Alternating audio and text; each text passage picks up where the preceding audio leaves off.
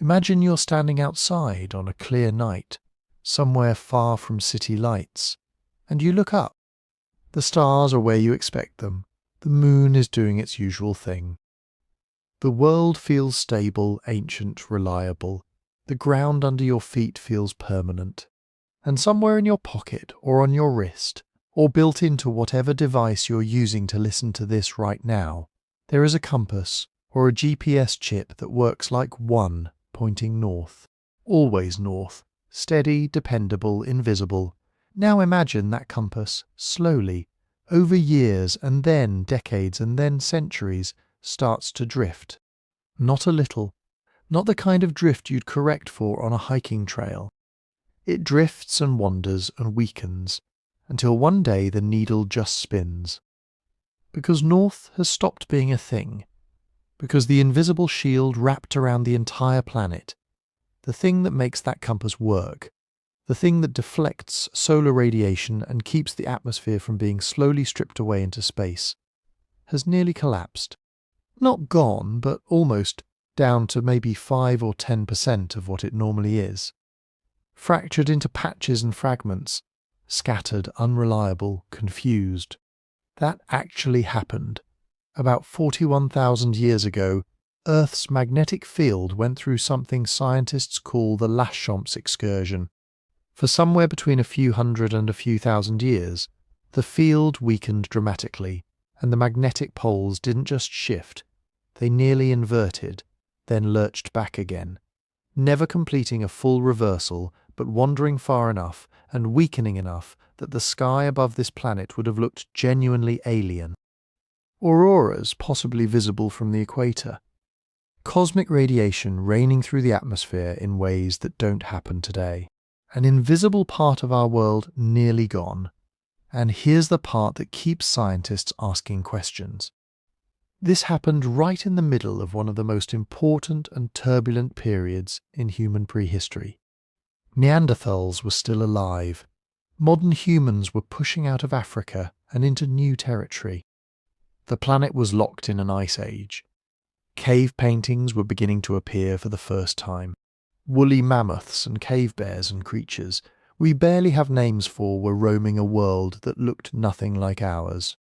And during all of this, the planet's magnetic umbrella was flickering like a light about to go out. Tonight, we're going to explore what actually happened during the Laschamps excursion. What the magnetic field does and why it matters. How scientists found the evidence for an event that left no written record and no human witness who could tell us about it.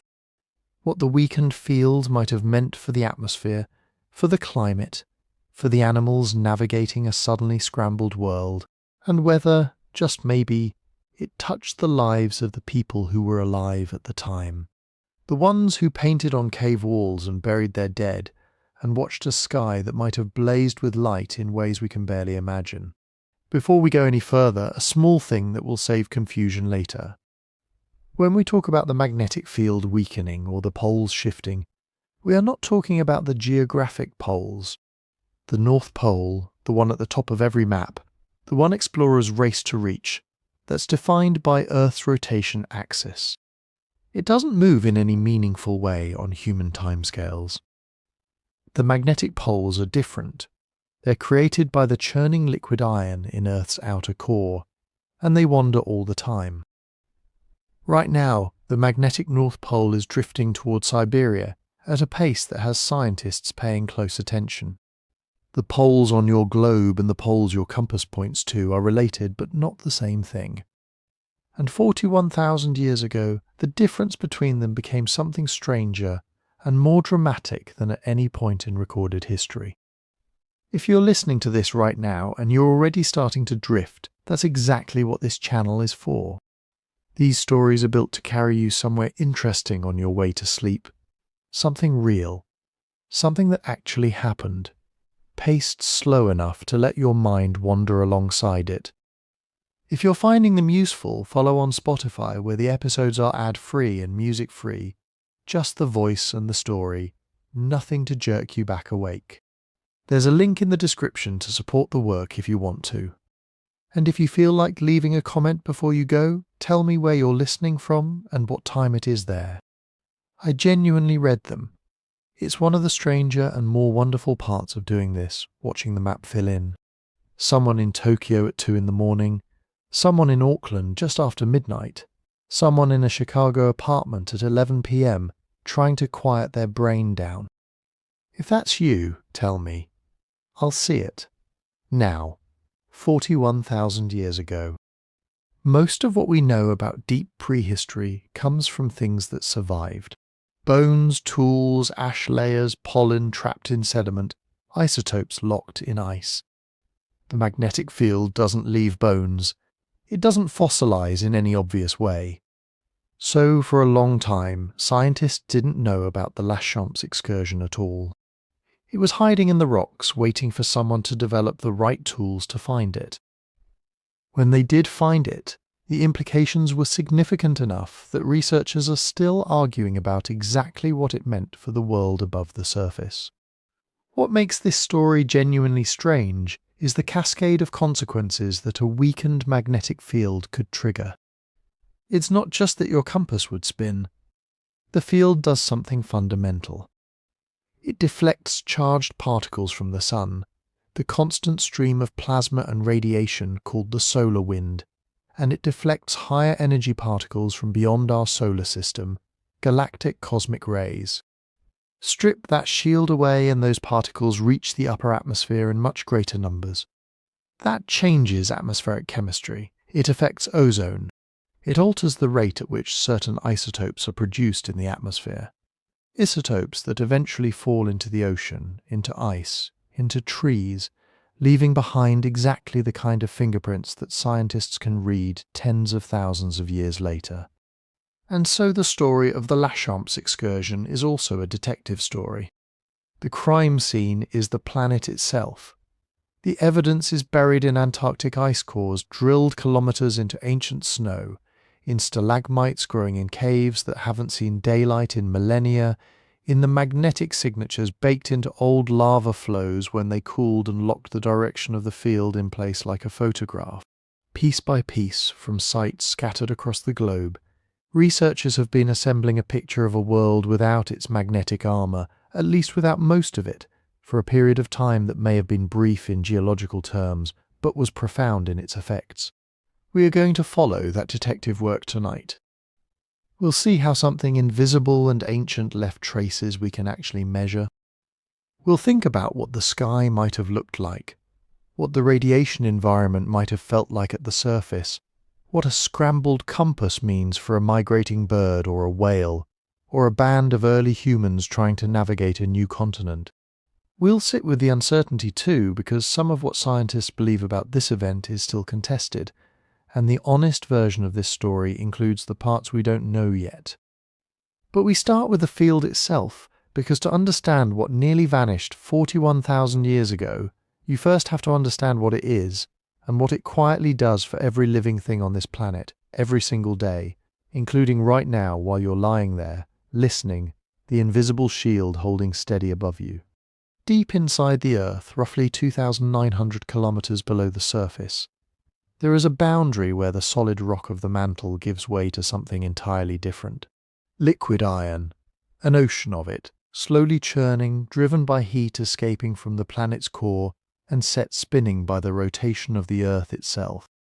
This is the geodynamo, and it is the reason your compass has ever pointed anywhere at all.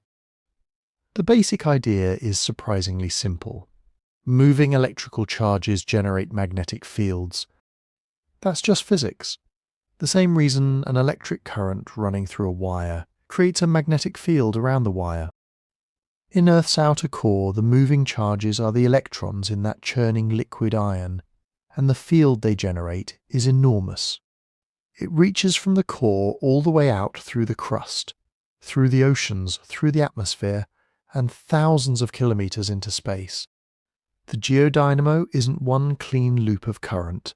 It's a tangled, shifting collection of flows and eddies, which is why the field it produces is never perfectly symmetrical, never perfectly stable, always doing something slightly different from one century to the next. What that field creates around the Earth is called the magnetosphere. Think of it as an invisible bubble, though the shape is more complicated than that. On the side of Earth facing the Sun, the solar wind, that constant stream of charged particles and radiation pouring outward from the Sun, compresses the magnetosphere into something like a blunt nose. On the night side, it stretches out into a long trailing tail, like a comet's in reverse. The magnetic field lines deflect most of those incoming solar particles around the planet, the way a river splits around a stone. The particles don't vanish, they get redirected. Many of them flow around us and continue on their way. Others get funneled toward the poles, where the field lines converge and dip down toward the surface. That's where auroras come from, charged particles colliding with oxygen and nitrogen high in the atmosphere, producing those curtains of green and red light that people travel to Scandinavia and Alaska to see. So, in a normal, healthy state, the field is doing several things at once. It's deflecting solar wind. It's redirecting higher energy cosmic rays from beyond our solar system. It's protecting the upper atmosphere from the kind of sustained particle bombardment that, over millions of years, can actually strip a planet of its atmosphere entirely. Mars, which lost its global magnetic field billions of years ago, lost most of its atmosphere too. That's not a coincidence. Closer to everyday life, the field is doing quieter work. It's what compass needles respond to. It's what allows satellites in low Earth orbit to function without being overwhelmed by radiation. It's what migrating animals use to navigate. Birds, sea turtles, salmon, sharks, even certain bacteria carry biological compasses, magnetite crystals or similar structures that let them sense the field's direction and intensity. When you watch a humpback whale moving in a nearly perfect straight line across thousands of kilometers of open ocean, or a monarch butterfly returning to a specific forest in central Mexico it has never visited before, you are watching the magnetic field in action, woven into behavior, into biology, into the inherited knowledge of how to find your way home. A normal field has two qualities worth holding on to: direction and strength. Direction tells you where the magnetic poles are. Strength tells you how powerful the field is, how effectively it's doing all that deflecting and redirecting. Right now, Earth's field is at a strength that has maintained something like this for millions of years, with fluctuations but within a recognizable range. The poles wander, but they stay in roughly polar regions. The shield holds. What happens when the strength drops? When direction becomes unreliable, when the field loses its coherence and fractures into something patchy and confused, strong here, nearly absent there, the deflection weakens, more particles get through. The atmosphere absorbs more cosmic radiation. The chemistry of the upper atmosphere shifts. Animals following invisible lines through the ocean and sky suddenly find those lines scrambled or gone. That's not speculation. We know fields can weaken dramatically because it happened. 41,000 years ago it happened here, and the traces it left behind in rock, in ice, in the very atoms of ancient trees are what eventually told us so. To understand what happened 41,000 years ago, you have to know something slightly unsettling about Earth's magnetic field. It is not loyal, it looks loyal, if you only watch it for a human lifetime. North is north. Compasses behave themselves. Migrating birds arrive more or less where they should. But if you stretch your view out across millions of years, the story changes. The field is restless. It wanders. It weakens. Sometimes it flips. Geophysicists call the big flips geomagnetic reversals. In a full reversal, the global magnetic field reorganizes so completely that what we call the north magnetic pole ends up near the geographic south pole, and the south magnetic pole moves to the north. If you'd had a compass in your hand during one of these events, and you could somehow watch long enough, you would have seen its needle gradually stop pointing toward the Arctic and begin pointing toward Antarctica instead. Nothing about the planet's spin changes when this happens. The Earth does not tip over. The geographic poles, the points the planet actually spins around, stay exactly where they are. Day is still day, night is still night. The seasons still follow one another. What changes is the invisible field threaded through all of it. The north your compass cares about is magnetic north, not geographic north, and magnetic north can drift, split, fade, and reverse without the planet missing a single rotation. You can picture it this way. Imagine a spinning globe sitting on your desk. The little metal axle running through it marks the geographic poles. That's the rotation axis, stable on human timescales. Now imagine a bar magnet hidden inside the globe, not perfectly lined up, a little crooked, maybe even wobbling and shifting over time. That bar magnet is a rough stand-in for the geodynamo's output. The field it creates defines magnetic north and south. When geophysicists talk about pole movement, they're talking about the wandering ends of that invisible magnet, not the physical tilt of the whole Earth. A full reversal is the most dramatic version of that wandering. Over thousands of years, the field weakens, becomes disorganized, sprouts multiple poles, and then settles again with the opposite polarity. What used to be magnetic north becomes magnetic south. Volcanic rocks that cool during this time lock in the new direction like tiny compasses frozen in stone. When we collect those rocks today, measure their magnetization, and line up their ages, we see a long barcode of polarity, black for normal like today, white for reversed, alternating back and forth across deep time. That barcode is not evenly spaced. Sometimes Earth goes tens of millions of years without a reversal. The Cretaceous superchron, when dinosaurs still ruled the continents and birds were only just finding their wings, lasted nearly 40 million years with the field stuck in one orientation. At other times, the field seems to flip frequently, every few 100,000 years or less. On average, over the last few tens of millions of years, people often quote something like one reversal every couple 100,000 years. But that's like saying the average weather on Earth is mild. It hides the extremes. The timing is irregular, clustered, punctuated by long quiet stretches and bursts of activity.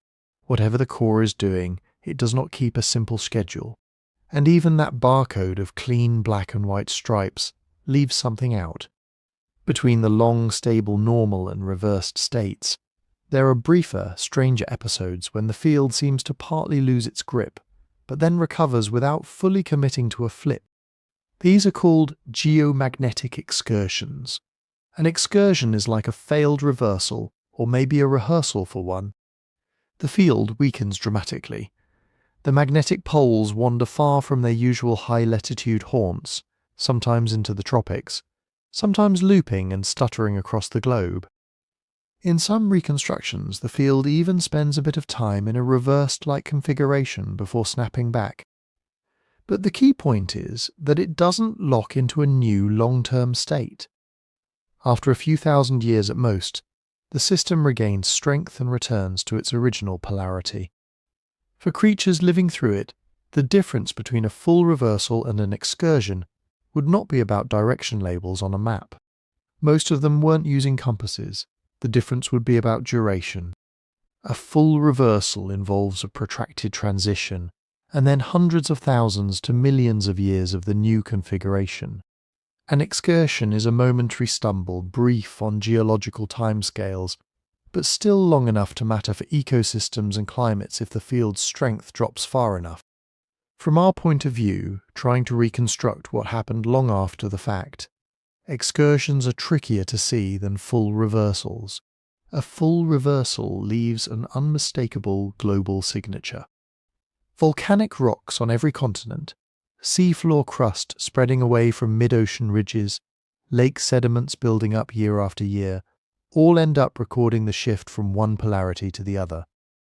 You can line up records from South America and Asia and the Atlantic and see the same flip, the same change in direction at roughly the same time. It stands out. Excursions are more like whispers. The field may weaken, but not everywhere equally. Local anomalies can be strong. The poles wander, but perhaps not in the same pattern in every reconstruction. The total duration might be only a few hundred or a few thousand years. In the layers of sediment or lava flows, that's a thin slice, easy to miss or smear out. Dating those thin slices precisely is hard. Radiometric clocks may not resolve events on the order of a few centuries. Sedimentation can be uneven, eroded here, doubled there. Volcanic eruptions that might provide a clean timestamp don't always oblige by erupting at the right moment. So in many rock records, excursions show up ambiguously.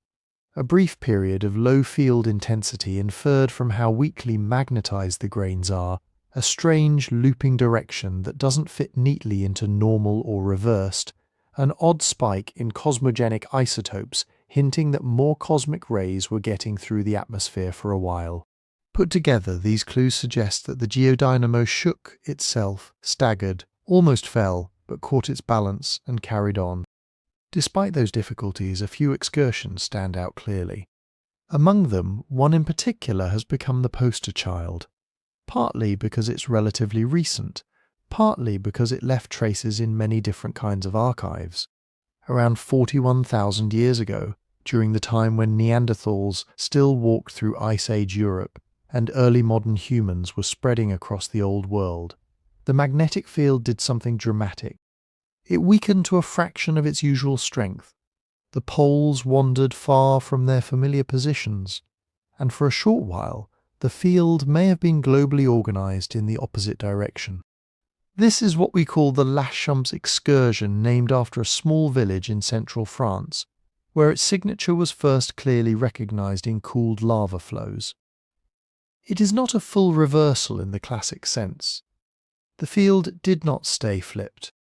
Within a few thousand years it had recovered its former polarity, but as an excursion it is one of the best studied we have. A rare case where multiple lines of evidence, magnetized rocks, deep-sea sediments, Greenland ice, even the annual growth rings of long-dead trees converge on the same story. Before we can use that story to ask whether Neanderthals noticed the sky changing, or whether climate systems shuddered in response, we have to understand how we first saw it at all. That takes us back to the lava fields near Laschamps, and to the scientists who realized that those ancient rocks were quietly pointing in the wrong direction. When geophysicists talk about magnetic records, they don't mean notebooks. They mean rocks. The story of Laschamps begins with one of the simplest, strangest facts about volcanic lava. As it cools, it remembers which way the magnetic field was pointing. The village of Laschamps sits on the flanks of an ancient volcanic landscape in the French Massif Central. Long before anyone lived there, eruptions spilled sheets of molten rock across the countryside. Those flows cooled and hardened into basalt, and then they just sat. Rain fell. Forests came and went. Glaciers advanced and retreated far to the north. People eventually built farms and roads, but deep inside those dark, solidified lava flows, tiny crystals were still quietly carrying a message from Earth's core. The message is written in something called remnant magnetization. To see how it forms, imagine standing near one of those eruptions while it's happening. Fresh lava roars out of a vent at more than 1,000 degrees Celsius. At those temperatures, the minerals inside it are too hot to hold a stable magnetic moment. Thermal agitation shakes everything around. Microscopic magnetic domains are jostled out of alignment, as if someone were constantly bumping the table. But as the lava spreads, slows, and begins to cool, something important happens. It passes down through a critical temperature range, different for different minerals, where the magnetic domains can suddenly feel the outside world. In that window, the ambient magnetic field becomes a kind of template. The tiny magnetic needles inside grains of iron-bearing minerals start to line up with the field direction, like a million microscopic compass needles agreeing on where north is. keep cooling and those domains freeze in place. Below that blocking temperature, thermal motion is no longer strong enough to randomize them. The rock goes from molten to rigid, and the orientation of those countless little needles is locked. From then on, unless the rock is heated back up past that blocking temperature or chemically altered, it carries a permanent imprint of the field's direction, and, more subtly, a clue to its strength at the moment it cooled. That imprint is remanent magnetization, a fossil compass preserved inside stone. Early paleomagnetists learned to exploit this. Take a chunk of basalt, measure the direction of its net magnetization in the lab, and you get a vector pointing toward where magnetic north was relative to that rock when it cooled. Measure many rocks of different ages, and you can begin to reconstruct how the field's polarity and intensity have changed through time. By the middle of the 20th century, this approach had already revealed the broad barcode of reversals, long periods where rocks recorded one polarity, then long periods of the opposite. It helped confirm seafloor spreading, plate tectonics, and the restless character of Earth's core. But not every rock fit neatly into that pattern. In the late 1960s and early 1970s, researchers working in the Massif Central started sampling the young volcanic flows near Laschamps. On a geological timescale, these rocks were almost brand new. Late Pleistocene, tens of thousands of years old at most. They expected them to record the same normal polarity as today's field, magnetic north roughly in the Arctic, south near Antarctica. They did not. When the samples were brought back to the lab, subjected to careful demagnetization to strip away any recent overprints, and then measured in magnetometers, the results were deeply odd. Instead of pointing roughly toward present-day north, many of the flows carried magnetizations that aimed almost the opposite way. The north recorded in those rocks was down near Antarctica. On paper, these French lavas seemed to be saying, "When I cooled, the field was reversed." That was a bold claim to hang on a handful of flows in one small region. At first, many researchers were cautious. Maybe some local quirk was confusing the picture. Volcanic rocks can acquire additional magnetizations later in their life if they get reheated, struck by lightning, or chemically altered. Faulting and tilting can physically rotate layers after they form. If you don't correct for those effects, you can trick yourself into thinking the field was doing something dramatic, when really the rock just had a complicated history. So the early Laschamps data lived in an uncomfortable space, intriguing but not yet decisive. A possible short-lived reversal or a geological red herring. The way out of that ambiguity was repetition. Teams went back to the field and sampled more flows. They drilled cylindrical cores from different parts of the same lava units, from neighbouring units above and below, from dikes cutting through older rocks. They mapped out the local geology in detail to understand which layers were genuinely in place and which had been disturbed. In the lab, they applied stepwise demagnetization, heating or exposing samples to alternating magnetic fields in small increments to peel away any secondary magnetizations and reveal the stable original component. The more they looked, the stranger and more consistent the pattern became. A whole sequence of flows in the Laschamps area shared the same reversed-like direction. Not just one odd layer, but a stack of them, sandwiched between older and younger rocks that carried the expected normal polarity. The transition from normal to reversed, like directions and back again, was abrupt in geological terms, confined to a relatively thin slice of the volcanic record. If this were just a local quirk, a lightning strike, a small intrusive body reheating things, you'd expect the effect to be patchy, inconsistent, sensitive to position. Instead, different flows, sampled in different places by different teams, kept telling substantially the same story. Something had happened to the global field while those lavas were cooling. Still, volcanoes in France are only one viewpoint. The next question was obvious. Did anything similar show up elsewhere? Soon hints began to appear from far beyond the massive central. Marine cores drilled from the Atlantic and Pacific seafloors showed brief intervals where the magnetic grains in deep-sea sediments recorded anomalous directions and very low field intensities. A few other young volcanic sequences from places like Hawaii and the Canary Islands carried magnetizations that didn't point where they should for a normal field. When researchers lined up the age estimates, the anomalies clustered near the same window of time. It wasn't a perfect fit at first. Dating methods for such young rocks and sediments came with sizable uncertainties. Radiocarbon calibration curves were still being refined. Potassium, argon, and argon-argon dating on basalts were improving, but pinning down an event that might have lasted only a couple of thousand years was pushing those techniques close to their limits. So in the early decades, Laschamps sat in the literature, under different names and with somewhat fuzzy boundaries: a short reversal, a momentary flip, a geomagnetic excursion near the end of the last glacial cycle.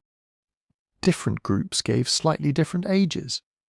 Some records seem to show a clean reversal like direction, others a more complex looping path. The overall impression was of the geodynamo doing something unusual, but the exact choreography was still blurry. What changed over the following decades was not just the accumulation of more data, but the sharpening of the clocks. Radiocarbon dating of organic material in sediments and speleothems became better tied to absolute timescales. Argon-argon dating on volcanic rocks was refined, squeezing down uncertainties. Tephrochronology, the use of chemically fingerprinted volcanic ash layers as time markers, helped link distant records together. As these methods improved, the apparently scattered hints of a magnetic disturbance around 41,000 years ago began to snap into focus. The reversed-like directions in the Laschamps lavas lined up with intensity minima and directional swings in marine sediments. Those, in turn, lined up with spikes in cosmogenic isotopes in ice cores and tree rings, which we'll come back to. What had once looked like a curious French anomaly now appeared as part of a global event, visible from the middle of the Atlantic to the high latitudes of Greenland. With that convergence, scientific interpretation evolved. The cautious talk of a possible local reversal gave way to a more confident classification. This was an excursion, now named for the place where its volcanic record was first clearly recognized. Not a full, long-lasting reversal of the entire barcode, but a dramatic, relatively brief departure from normal behavior that left marks in many independent archives.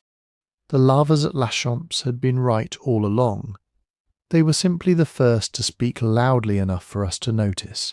Only after that realization did it become possible to ask finer questions. How weak did the field become? How long did the disturbed state last? Did the field truly flip into a reversed configuration worldwide? Or did it only flirt with that state while intensity collapsed? To answer those, rocks are not enough. You need other clocks, other witnesses, sediments settling grain by grain, ice building up layer by layer, trees growing ring by ring under a slightly harsher sky. You need to learn how to date a magnetic near collapse. If you want to know what happened during a magnetic near collapse, you don't just need evidence that it happened. You need a clock. More than one, actually. The Laschamps lavas told us the field had swung into strange territory. But a lava flow on its own can't tell you whether that disturbance lasted 500 years or 5,000. It can't tell you whether the weakest phase lined up with a particular climate oscillation, or with changes in solar activity, or with anything else. For that you need to know when, in absolute time, those rocks froze in their magnetization. And that's where the hard work begins, turning physical samples into dates. Start with the most direct clock for volcanic rocks, radioactive isotopes. Hot magma doesn't just contain iron-bearing minerals that record magnetization, it also contains trace elements like potassium, argon, uranium, thorium, Some of these elements are unstable, constantly transforming themselves at known rates. When a lava erupts and cools, it effectively resets certain radiometric clocks. Argon, for example, is a noble gas. In molten rock, it tends to escape. When the lava solidifies, new argon produced by the decay of radioactive potassium is trapped inside the mineral lattice. From that moment forward, the ratio of potassium-40 to argon-40 begins to change in a predictable way. Measure that ratio in the lab, and in principle, you can calculate how long it's been since the rock cooled through the blocking temperature. That's the basis of potassium-argon and argon-argon dating. For the Laschamps flows and other young basalts, geochronologists use refined versions of these methods. They crush and irradiate mineral separates, carefully quantify isotopic ratios, correct for atmospheric argon, and run repeated analyses to catch outliers. Each result comes with an uncertainty, plus or minus a few thousand years for older rocks, sometimes 1,000 years or less for younger ones if you're lucky. On its own, a single argon-argon date might say something like, this flow is 42,000 years old, give or take 2,000. That's useful but not razor-sharp, and the Laschamps excursion is thought to have unfolded over only a couple of thousand years. So geologists reached for other clocks. Sometimes lavas erupt onto landscapes that already contain datable materials. Soils, peat layers, lake sediments, even the charcoal from ancient fires. Those materials contain carbon, and a small fraction of that carbon is radioactive carbon-14, constantly produced in the atmosphere by cosmic rays and then taken up by plants, animals, and indirectly everything that breathes or eats. When an organism dies, it stops exchanging carbon with the atmosphere. The carbon-14 inside it begins to decay at a known rate.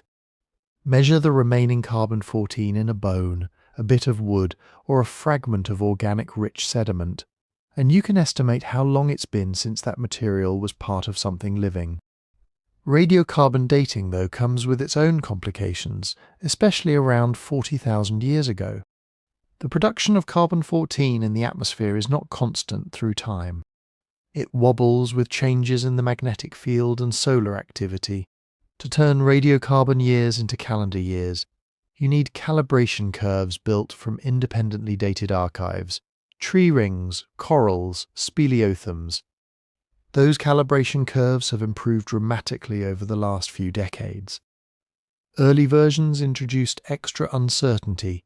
Later versions, informed by long tree ring sequences and uranium-thorium, dated corals, smoothed out many of the bumps.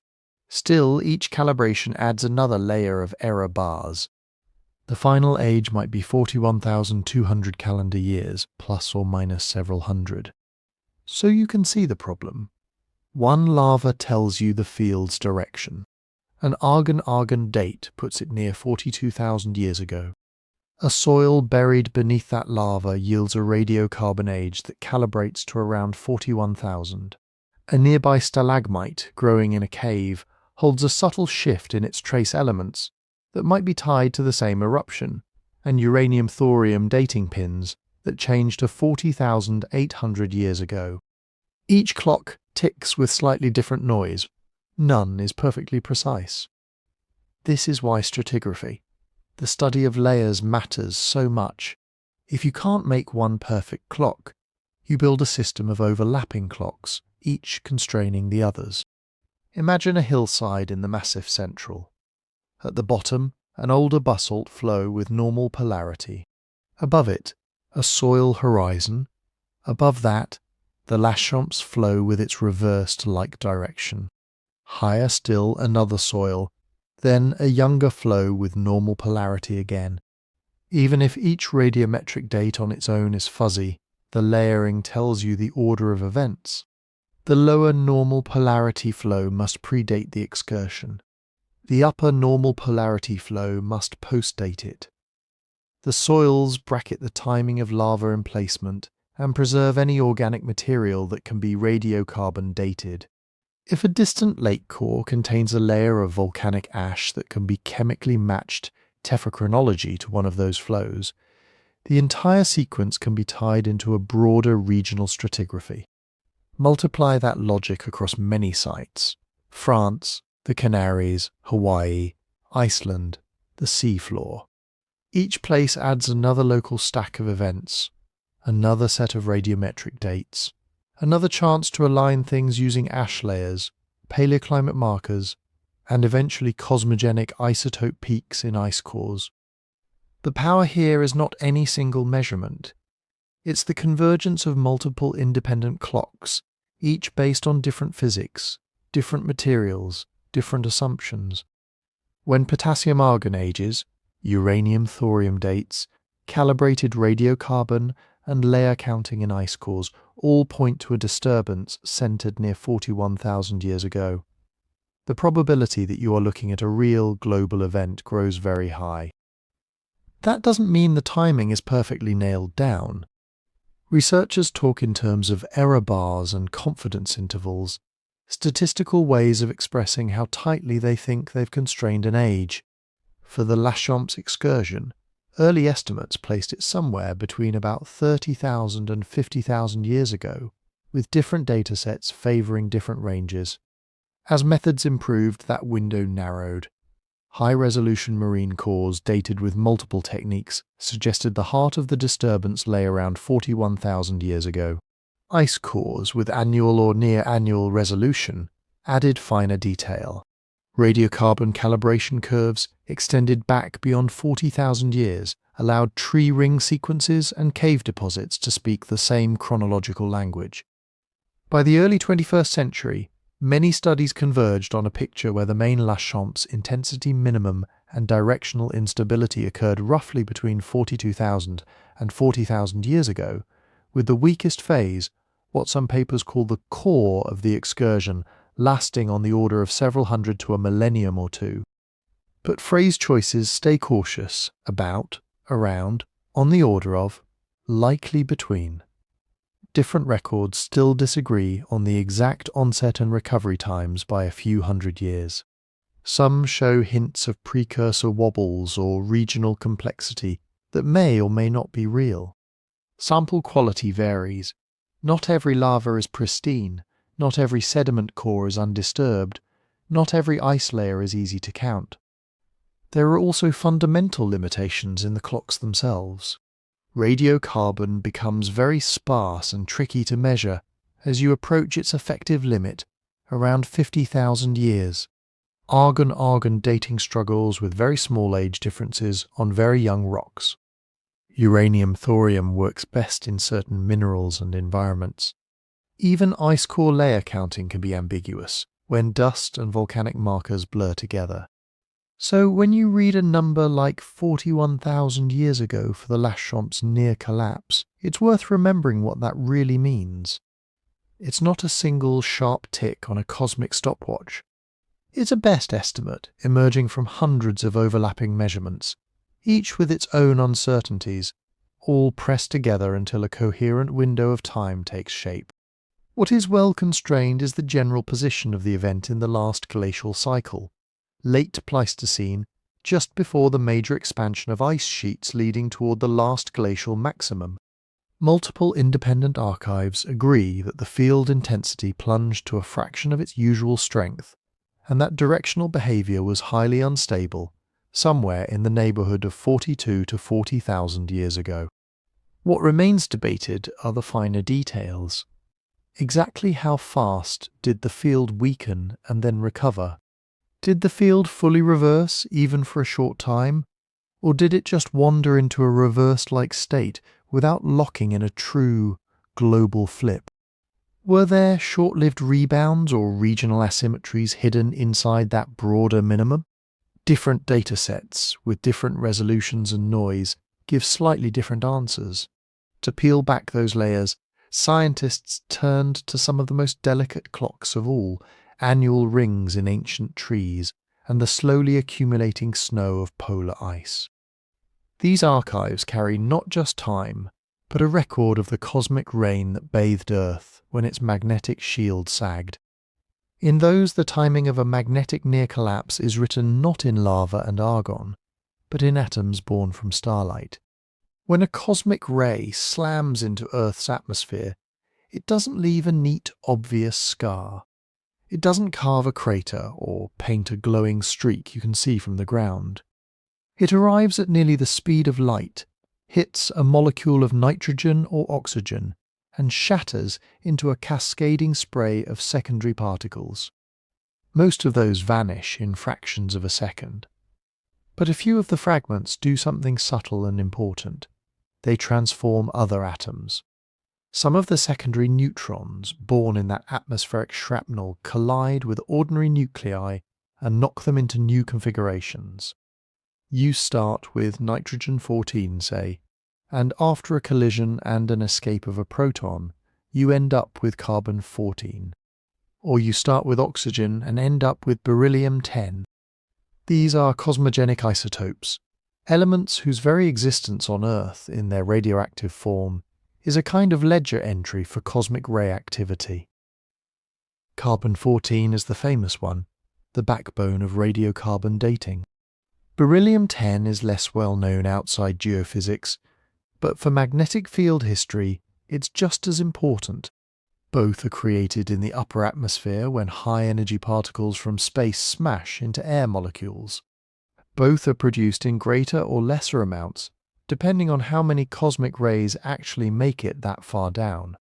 And that, in turn, depends on two shields, the Sun's magnetic wind and Earth's own magnetic field. Picture Earth wrapped in its geomagnetic cocoon. When the field is strong, it bends and deflects a large fraction of incoming charged particles. Only the most energetic cosmic rays, or those arriving near the polar caps where field lines are open, manage to reach the atmosphere in large numbers. When the field is weak, that shield thins, more particles penetrate, more atmospheric nuclei get shattered, more carbon-14 and beryllium-10 get made. The basic logic is simple. Weaker magnetic shielding means more cosmic rays mean more cosmogenic isotopes in the air. If you can find long, continuous archives that sample the atmosphere over tens of thousands of years, and if you can measure tiny variations in these isotopes through those archives, you can reconstruct a history of cosmic ray influx. In practice, that if hides a lot of complexity. Start with beryllium-10. Once it's born in the upper atmosphere, beryllium-10 sticks to aerosols and dust particles. It doesn't stay suspended forever. It gets rained out or snowed out, washed from the sky, and eventually trapped in whatever surface reservoir is accumulating at that time over polar regions that reservoir is snow. Year after year, winter after winter, fresh snowfall blankets Greenland and Antarctica. Each layer contains trace amounts of beryllium-10 produced in the air above. Over time, those layers get buried and compressed. Snow becomes firn, then ice. Air bubbles get sealed. The stack gets thicker. If that ice remains undisturbed, it forms an archive, a chronological column where depth corresponds more or less to age. Drill a core down through that ice, bring it to the lab, and you can slice it into samples representing decades, years, even individual seasons. Melt those samples and count the atoms. The concentration of beryllium-10 in each slice reflects, among other things, how many cosmic rays were hitting the atmosphere when that snow fell. Long Greenland and Antarctic ice cores Grip, GISP-2, NDRIP, Epica, Dome C, Dome Fuji have now yielded continuous beryllium-10 records stretching back hundreds of thousands of years. These records are noisy, full of wiggles and spikes. Some variations track solar cycles, some track changes in atmospheric circulation and precipitation, but lying underneath the weather and the sun's moods is a slower, broader modulation from Earth's magnetic field. Around the time of the Laschamps excursion, those records show something striking, a broad hump, a sustained increase in beryllium-10 production lasting on the order of a couple of thousand years, with a pronounced peak near the centre. In some cores, that peak reaches values roughly double the long-term background, interpreted as a change in global production. That kind of amplification suggests a significant weakening of the geomagnetic shield. More cosmic rays got through, more beryllium-10 was synthesized, more of it ended up frozen into the ice that was falling as snow somewhere over the polar plateau 41,000 years ago.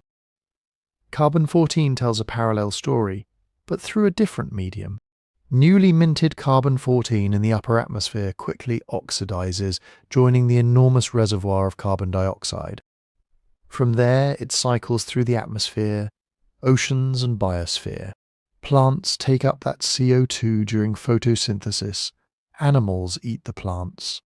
Everything living ends up with a small, steady fraction of its carbon atoms in the radioactive form. When the production rate of carbon-14 changes, the entire carbon cycle gradually adjusts. Over a few decades to a few centuries, the ratio of carbon-14 to stable carbon in the atmosphere shifts. That shift propagates into tree rings, peat, shells, bones, and dissolved inorganic carbon in the ocean. The trick is to find archives where you can read that ratio with high time resolution and good independent dating. Ancient trees, especially long-lived conifers and preserved subfossil logs, are among the best. Each year, a tree adds a ring of new wood. That ring locks in the carbon isotope ratios of the atmosphere at the time it grew. If you can sequence those rings and cross-match patterns of thickness and isotopic fluctuations between many overlapping trees, you can build a continuous year-by-year timeline. Dendrochronologists have done exactly that for large portions of the Holocene. For older periods, including around 41,000 years ago, the ring sequences become patchier and more uncertain. But there are still valuable fragments, preserved kauri trees from New Zealand bogs, for instance, and other ancient timbers that bridge key intervals. Measure carbon-14 in those rings, and you get a direct record of atmospheric radiocarbon concentration through time, modulated, of course, by the carbon cycle's internal lags and mixing, but still sensitive to production changes. Because radiocarbon dating itself depends on knowing the baseline carbon-14 level through time, any mismatch between radiocarbon ages and independently dated materials shows up as a wiggle or step in the calibration curves. When production spikes, living things incorporate more carbon-14. Samples from that interval will appear too young if you assume a constant production rate. To correct for that, calibration curves like INTCAL for the northern hemisphere and SHCAL for the southern build in those production anomalies explicitly. Around the Laschamps excursion, radiocarbon calibration curves show a prominent feature, a region where apparent radiocarbon ages deviate strongly from calendar ages inferred from other methods. Interpreted as a production change, that feature implies a marked increase in carbon-14 generation, aligning in time, within error with the beryllium-10 hump in ice cores. Put simply, both the polar ice and the ancient trees are telling you, around 41,000 years ago, the cosmic radiation environment at Earth's surface intensified. More cosmogenic isotopes were being made. It's tempting to draw a straight, simple line from that fact to the geomagnetic field. Field weakens, cosmic rays surge, isotopes spike, and indeed much of the signal likely reflects exactly that. A sagging magnetic dipole allows more particles into the atmosphere, especially at lower latitudes, boosting global production of beryllium-10 and carbon-14. But the real system is less tidy. Solar activity, for instance, can modulate cosmic ray flux on timescales of years to millennia. When the Sun is magnetically active, solar maximum, its strengthened solar wind shields Earth more effectively from galactic cosmic rays, reducing cosmogenic isotope production. When the Sun is quiet, solar minimum. More cosmic rays leak through and production rises. Atmospheric circulation and precipitation patterns also matter, particularly for beryllium-10, a change in storm tracks over Antarctica or Greenland. can alter where and how efficiently beryllium-bearing aerosols are scavenged from the air, changing their concentration in snowfall without any shift in global production. Volcanic eruptions, by injecting aerosols into the stratosphere, can temporarily enhance beryllium-10 deposition in certain regions. Even changes in the carbon cycle, how quickly the ocean takes up CO2, how much carbon is stored in soils and vegetation, can affect how a production pulse of carbon-14 is expressed in tree rings or marine carbonates. In other words, cosmogenic isotopes are not pure magnetometers.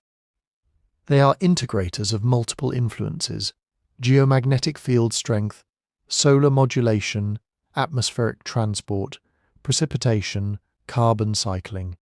Teasing out the specific contribution from Earth's field requires comparing many records, building models, and looking for patterns that are globally coherent rather than regional or short-lived.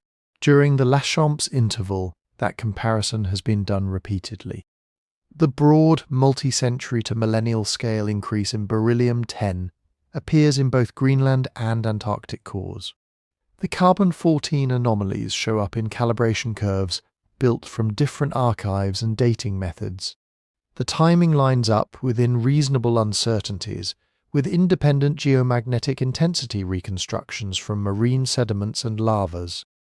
Individually, each dataset is messy, with its own noise and local quirks. Together, they converge on a consistent picture.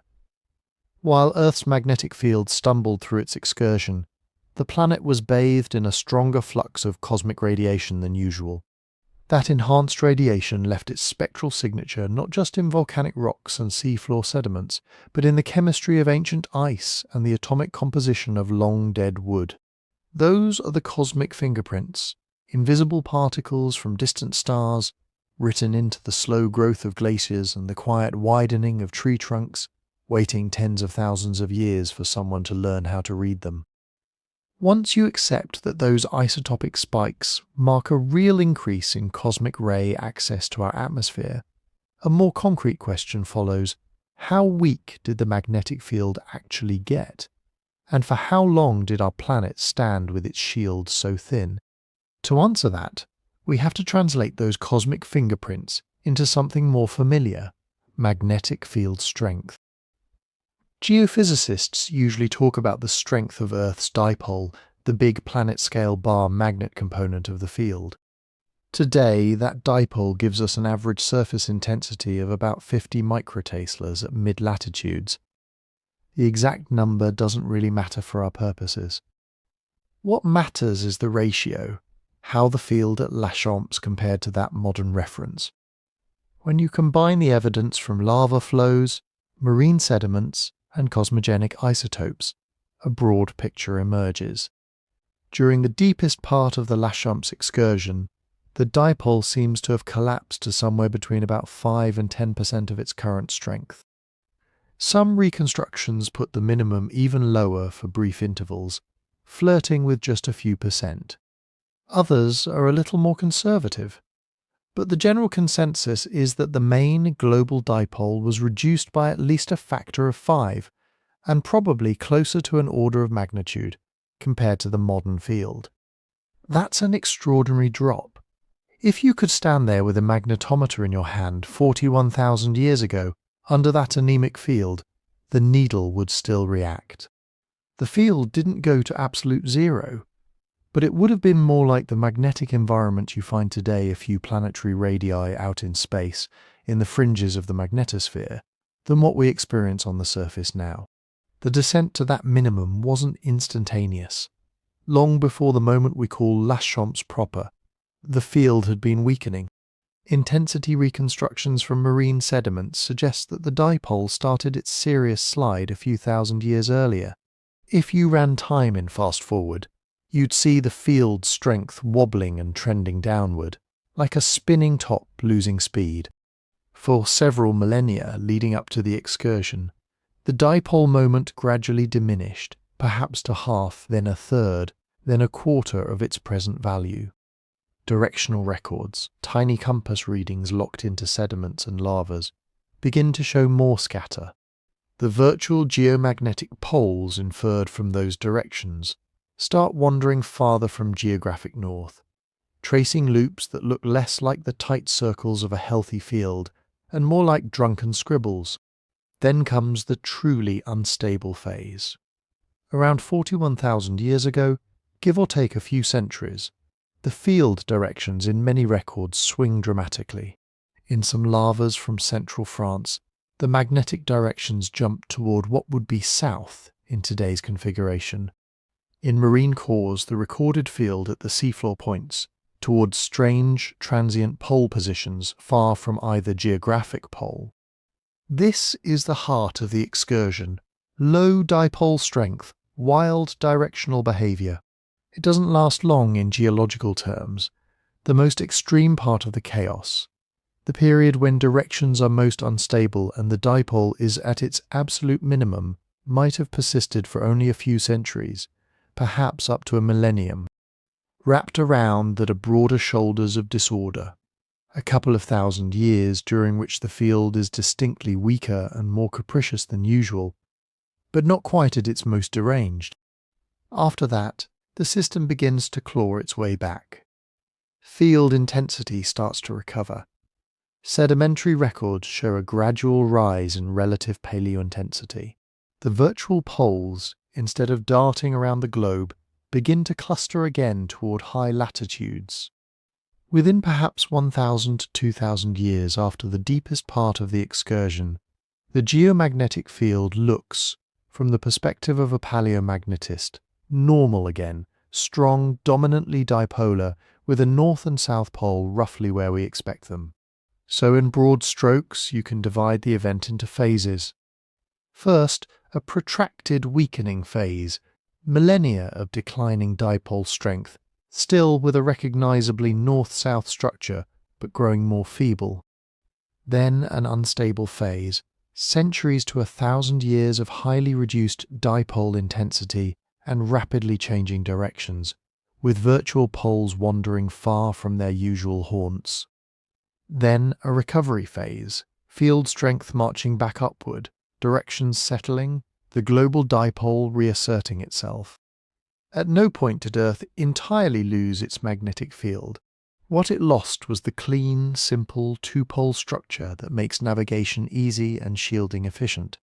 Deep inside the planet, the geodynamo never stopped. Liquid iron and nickel in the outer core continue to convect and swirl. But the pattern of that flow changed in ways that disrupted the global dipole and allowed other components of the field, the smaller scale, higher order structures, to dominate for a time. This is where the idea of multiple poles comes in. We're used to thinking of Earth as having one north and one south magnetic pole, neatly opposite each other.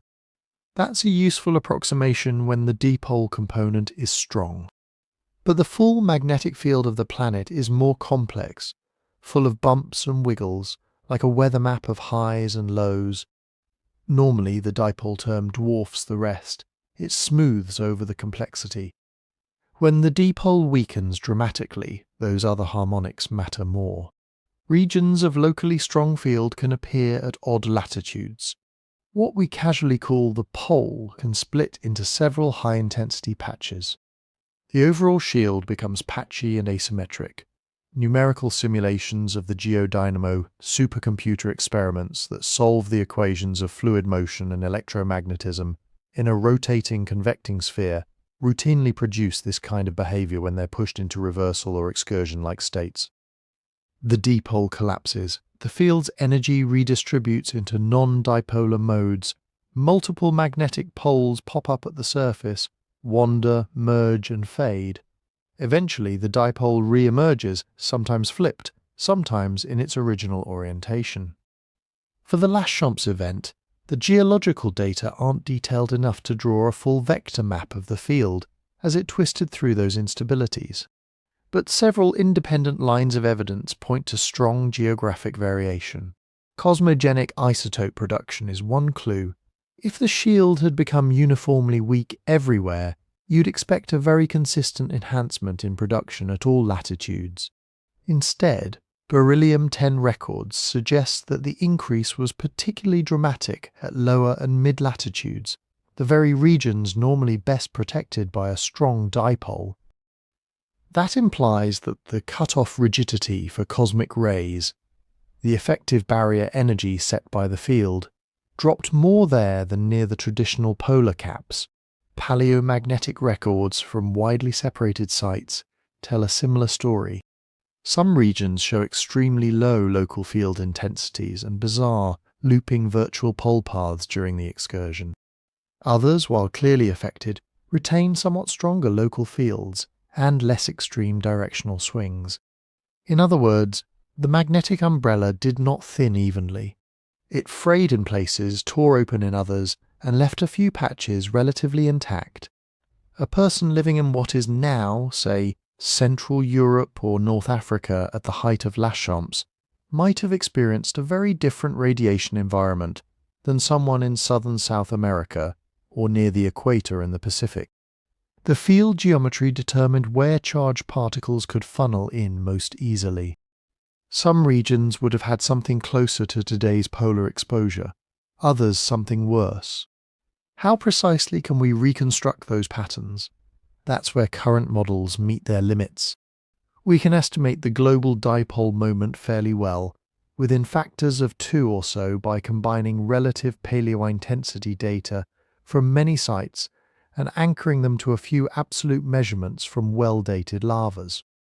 We can trace broad directional changes and identify intervals of instability. We can use cosmogenic isotopes to constrain how permeable the shield must have been, on average, to cosmic rays. But we can't yet resolve the fine-scale structure of the field everywhere on Earth at yearly or even century-level resolution 41,000 years ago. The data are too sparse in space and time. Lavas record snapshots separated by thousands of years. Sediments average over decades to centuries. Ice cores and tree rings tell us about the integrated cosmic ray flux, not the detailed geometry of the magnetosphere. So, models of the Laschamps field are, by necessity, smoothed reconstructions, guided by a few scattered anchoring points, and by dynamo simulations that may or may not capture all the relevant physics. They tell us that the dipole plunged to a fraction of its usual strength, that the field's direction wandered wildly for a brief geological instant, that the geometry likely fragmented into multiple poles and patches, and that the shielding Earth offers against charged particles became weaker and more uneven. They do not yet tell us exactly what the sky looked like at each latitude, which valleys had the worst radiation, or how quickly, year by year, the compass would have drifted. For that level of detail, we're still in the dark. But even the broad outline is enough to imagine a very different world. A planet where the invisible magnetic skeleton was temporarily disordered, where the boundaries of safe and unsafe sky shifted, and where the usual rules about north, south, and shelter from the cosmos no longer quite applied. Under such a weakened, tangled field, what would the surface of Earth have felt like? How would the sky have changed, night after night, for the humans and animals living through that strange interval? To answer that, we have to look up. Under a strong, well-behaved magnetic field like today's, most of the drama happens far away from where most people live.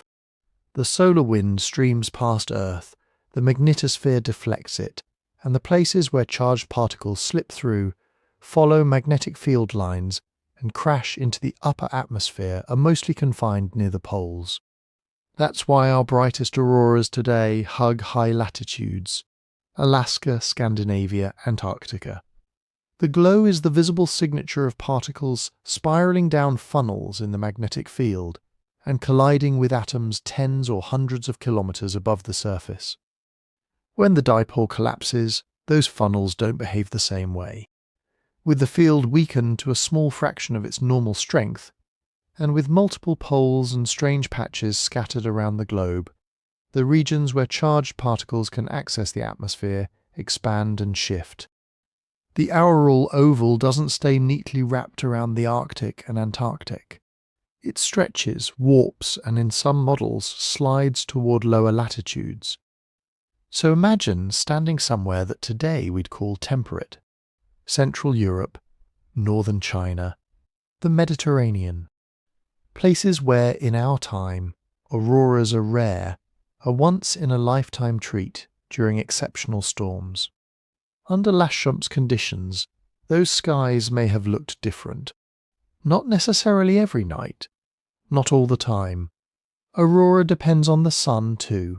It brightens during solar storms and fades during quiet periods. The 11-year solar cycle would still have been ticking away 41,000 years ago. But with the shield so compromised, and with magnetic funnels opening into lower latitudes, ordinary solar activity could have produced auroral displays far closer to the equator than we're used to. Instead of delicate curtains confined to polar twilight, sheets of diffuse glow might have appeared overhead in what is now France, or northern Africa, or Patagonia. Soft greens and reds breathing across the stars more frequently, more broadly. Maybe often enough that for some human groups the lights in the sky weren't a rare omen, but a recurring part of the nocturnal landscape. We can't map this precisely. There's no camera trap for ancient auroras. But when we combine the low dipole strength with evidence of enhanced cosmic ray access at mid-latitudes, the simplest inference is that the border between auroral zone and safe zone blurred and wandered. More of the planet sat under a sky that, at least during active solar intervals, could ripple and glow. Auroras are just the visible tip of the story. The more fundamental change is invisible: ionization. When high-energy particles from space hit the upper atmosphere, they knock electrons off atoms and molecules. This creates ions and free electrons, alters the chemistry of the air, and changes its electrical properties. Under a robust field, most of this activity is concentrated near the poles, with a background drizzle everywhere else. Under a feeble patchy shield, the drizzle turns to a steadier rain, and it falls over a wider area. Cosmogenic isotope records tell us that, during Laschamps, the flux of energetic cosmic rays reaching the lower atmosphere roughly doubled, maybe more, depending on latitude. That's a global average. Locally, in regions where the field was especially weak or oddly configured, the increase could have been higher. More particles means more ion pairs created per second in the air column above you. In practical terms, this would have thickened the ionosphere, especially during the day and at middle latitudes. Radio engineers today worry about how geomagnetic storms and solar flares disturb the ionosphere because it changes how radio waves propagate. 41,000 years ago, there were no radios, but the physics was the same. The sky itself would have been a more electrically active medium. That heightened ionization feeds into chemistry. Energetic particle showers split molecular nitrogen and oxygen, generating odd nitrogen and odd hydrogen species that participate in catalytic cycles. Some of these cycles destroy ozone in the stratosphere. Others produce different reactive compounds. Later we'll talk about what that might have meant for climate. For now, it's enough to say that during the Laschamps excursion, the atmosphere was being chemically stirred from above more vigorously than usual. What about radiation at the surface? Did the ground itself become dangerous? Here it helps to separate what we mean by radiation. There's ultraviolet light from the sun, largely filtered by ozone. There's the cascade of secondary particles produced when high-energy cosmic rays slam into the atmosphere: muons, neutrons, electrons and gamma rays. And there's charged particle precipitation along magnetic field lines, mostly affecting the upper atmosphere, and, to a lesser extent, high altitudes. A weaker geomagnetic field doesn't make the sun suddenly brighter. What it changes is how many cosmic rays and solar energetic particles can penetrate to low altitudes, and where the primary cosmic rays still do most of their damage high in the column. By the time their showers reach the ground, what matters are the secondary particles, especially muons, which can punch through hundreds of meters of rock and water. Models that couple paleomagnetic reconstructions with cosmic ray physics suggest that, globally, ground-level radiation dose from cosmic ray secondaries may have increased by something like a factor of 2 to 3 during the weakest phase of Laschamps. At high latitudes and high altitudes, mountain environments, upland plateaus, the enhancement could have been somewhat larger. Near sea level at low latitude, probably smaller. Those are not extinction-level doses. They're not the kind of spike you'd get if a nearby supernova went off, or a gamma-ray burst hit us directly. But they're not trivial either. Over generations, a persistent, planet-wide uptick in background radiation subtly raises mutation rates. For individuals, it slightly increases the risk of things like cancer, though disentangling such long-term, low-level effects in ancient populations is essentially impossible. Who would have been most exposed? High-latitude populations, because the shielding is weakest there. High-altitude populations, because there's less atmosphere above them to absorb particle cascades. People who spent a lot of time in open, unsheltered landscapes under a thin, cold sky would have taken more dose than groups living in lowland forests, deep valleys or caves. Caves, in particular, are excellent shields. Even a few meters of rock dramatically cut the flux of secondary particles. Later, when we talk about human and Neanderthal use of caves, keep that in mind. Shelter from wind, rain, and predators is obvious. Shelter from a noisier cosmos is less obvious, but real. There is another possible surface effect of all this ionization, one that has attracted interest but remains speculative: lightning. The exact physics that triggers a lightning strike is still not fully solved. One line of thinking suggests that cosmic ray showers can help seed the initial breakdown of air in thunderclouds, providing conductive paths that collapsing electric fields can then exploit. If that's true, and the evidence is suggestive but not conclusive, then an increase in cosmic ray flux during a geomagnetic excursion might lead to more frequent lightning, or at least alter its distribution. Under Laschamps, with a weakened field and more particles penetrating the atmosphere, electrical storms might have been more active in some regions. Perhaps flashes more common over certain mountain ranges or mid-latitude continents where both storm formation and particle access aligned. Or perhaps the effect was minor, drowned out by the complexities of weather and climate. We don't have a lightning fossil record to compare. Charcoal in lake sediments, fire scars in trees, and soot in ice cores can tell us about fire activity, but disentangling human-made fires, climate-driven fires, and lightning-initiated fires, then tying those back to cosmic ray flux, is a chain with many shaky links. So increased lightning during Laschamps remains a plausible idea, not a demonstrated fact. All of these changes share a theme. The planet didn't suddenly become uninhabitable. The sun rose and set. Seasons came and went. But the quiet background conditions that we take for granted, the invisible cocoon of magnetic protection, the normal rate at which the upper atmosphere is ionized by space weather, the usual patterns of aurora and lightning shifted. For the creatures living under that sky, the difference would have been experiential, not abstract. More nights with faint glows sliding along the horizon or spilling overhead. A slightly harsher invisible rain of particles, especially in polar and high-altitude regions. Perhaps a world where storms cracked more often with lightning, or in slightly different places, though we can't be sure. And moving beneath that restless sky were humans and other animals already engaged in their own struggles for survival. To understand how this altered radiation environment might have touched them, we need to fold the physics back into the living world, into ozone, climate, and the thin layer of air and water where life actually resides. When you start talking about ionization and particle rain, the next question almost asks itself: what happens to the actual air we breathe? High-energy particles don't just make pretty lights and extra electrical noise. When they slam into the upper atmosphere, they kick off chemical reactions, especially in the thin, cold layers where ozone lives. Ozone is that fragile sunscreen wrapped around the planet, most of it sitting between about 15 and 35 kilometers up, quietly absorbing the sun's harshest ultraviolet.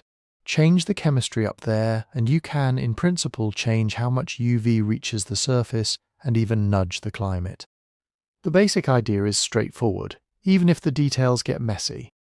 When cosmic rays or solar energetic particles hit the atmosphere, they split nitrogen and oxygen molecules. Those fragments recombine into reactive species, odd nitrogen compounds like NO and NO2, and odd hydrogen compounds like HO and HO2. These little radicals don't stick around politely. They participate in catalytic cycles. A radical meets ozone, reacts, regenerates itself, and can go on to destroy many ozone molecules before finally being taken out of circulation. Under a quiet sky, there's a balance. Ozone is constantly being created and destroyed. Under a louder sky with more particles drumming through, that balance can tip. Climate modelers have tried to ask a simple question about Laschamps. If you turn down the magnetic field, crank up the particle flux, and let the atmospheric chemistry run, how much ozone do you lose? The answers are not simple at all. Some simulations, especially the early ones, painted a dramatic picture. Assume a very weak field, assume a fairly active sun, and feed the chemistry with a generous dose of high-energy particles. In those scenarios, global average ozone could drop by something like 10 to 20%, with larger regional reductions, especially at high latitudes. In extreme worst-case setups with strong solar storms superimposed on a weak field, local depletions could be deeper still, approaching the kind of losses we associate with the modern Antarctic ozone hole, at least for short periods. If that were literally true everywhere, all the time, life at the surface would feel it. More UVB reaching the ground means more damage to DNA in exposed organisms. Plants near the surface of lakes, algae drifting near the top of the ocean, unshaded skin and eyes on land animals, all of them would face an uptick in stress. Over generations that could alter ecosystems, more pigments, more protective structures, more selection for behaviors that avoid harsh midday light. But as often happens in science, the closer people looked, the more complicated the story became. Later models were a bit more restrained. They folded in better reconstructions of the geomagnetic field, more realistic solar behavior, and more detailed chemistry. They looked not just at how much ozone is destroyed, but at how fast is it replenished, and how the circulation of the stratosphere shuffles air around the planet. In those runs, global mean ozone loss during Laschamps still exists, but it's modest. Maybe on the order of a few to 10% over broad regions, with patchier, stronger depletions in some latitudes and seasons, enough to bump up surface UVB by a comparable or slightly larger factor, especially under clear skies at high latitude. Serious for organisms living right at the edge of tolerance, but not a sterilizing flash. And then there's climate. Ozone isn't just a sunscreen. It's a greenhouse gas and a source of heat in the stratosphere. Strip some of it away and you cool that layer. That can in turn tweak jet streams, change patterns of high and low pressure, and ripple down into surface climate. Add to that the fact that particle-driven chemistry also makes nitrogen oxides, which can act like a fertilizer when they eventually wash out of the air and land on soils or the ocean, and you have a web of possible feedbacks. So modelers tried the next question: does the Laschamps ozone perturbation show up as a clear climate signal? Here, the results get even more cautious. Some simulations hint at small regional coolings or warmings, shifts in precipitation patterns measured in a few percent, changes to the strength or position of storm tracks. Perhaps a bit more cooling over some continents, a nudge that might slightly deepen wintertime temperature drops in certain latitudes.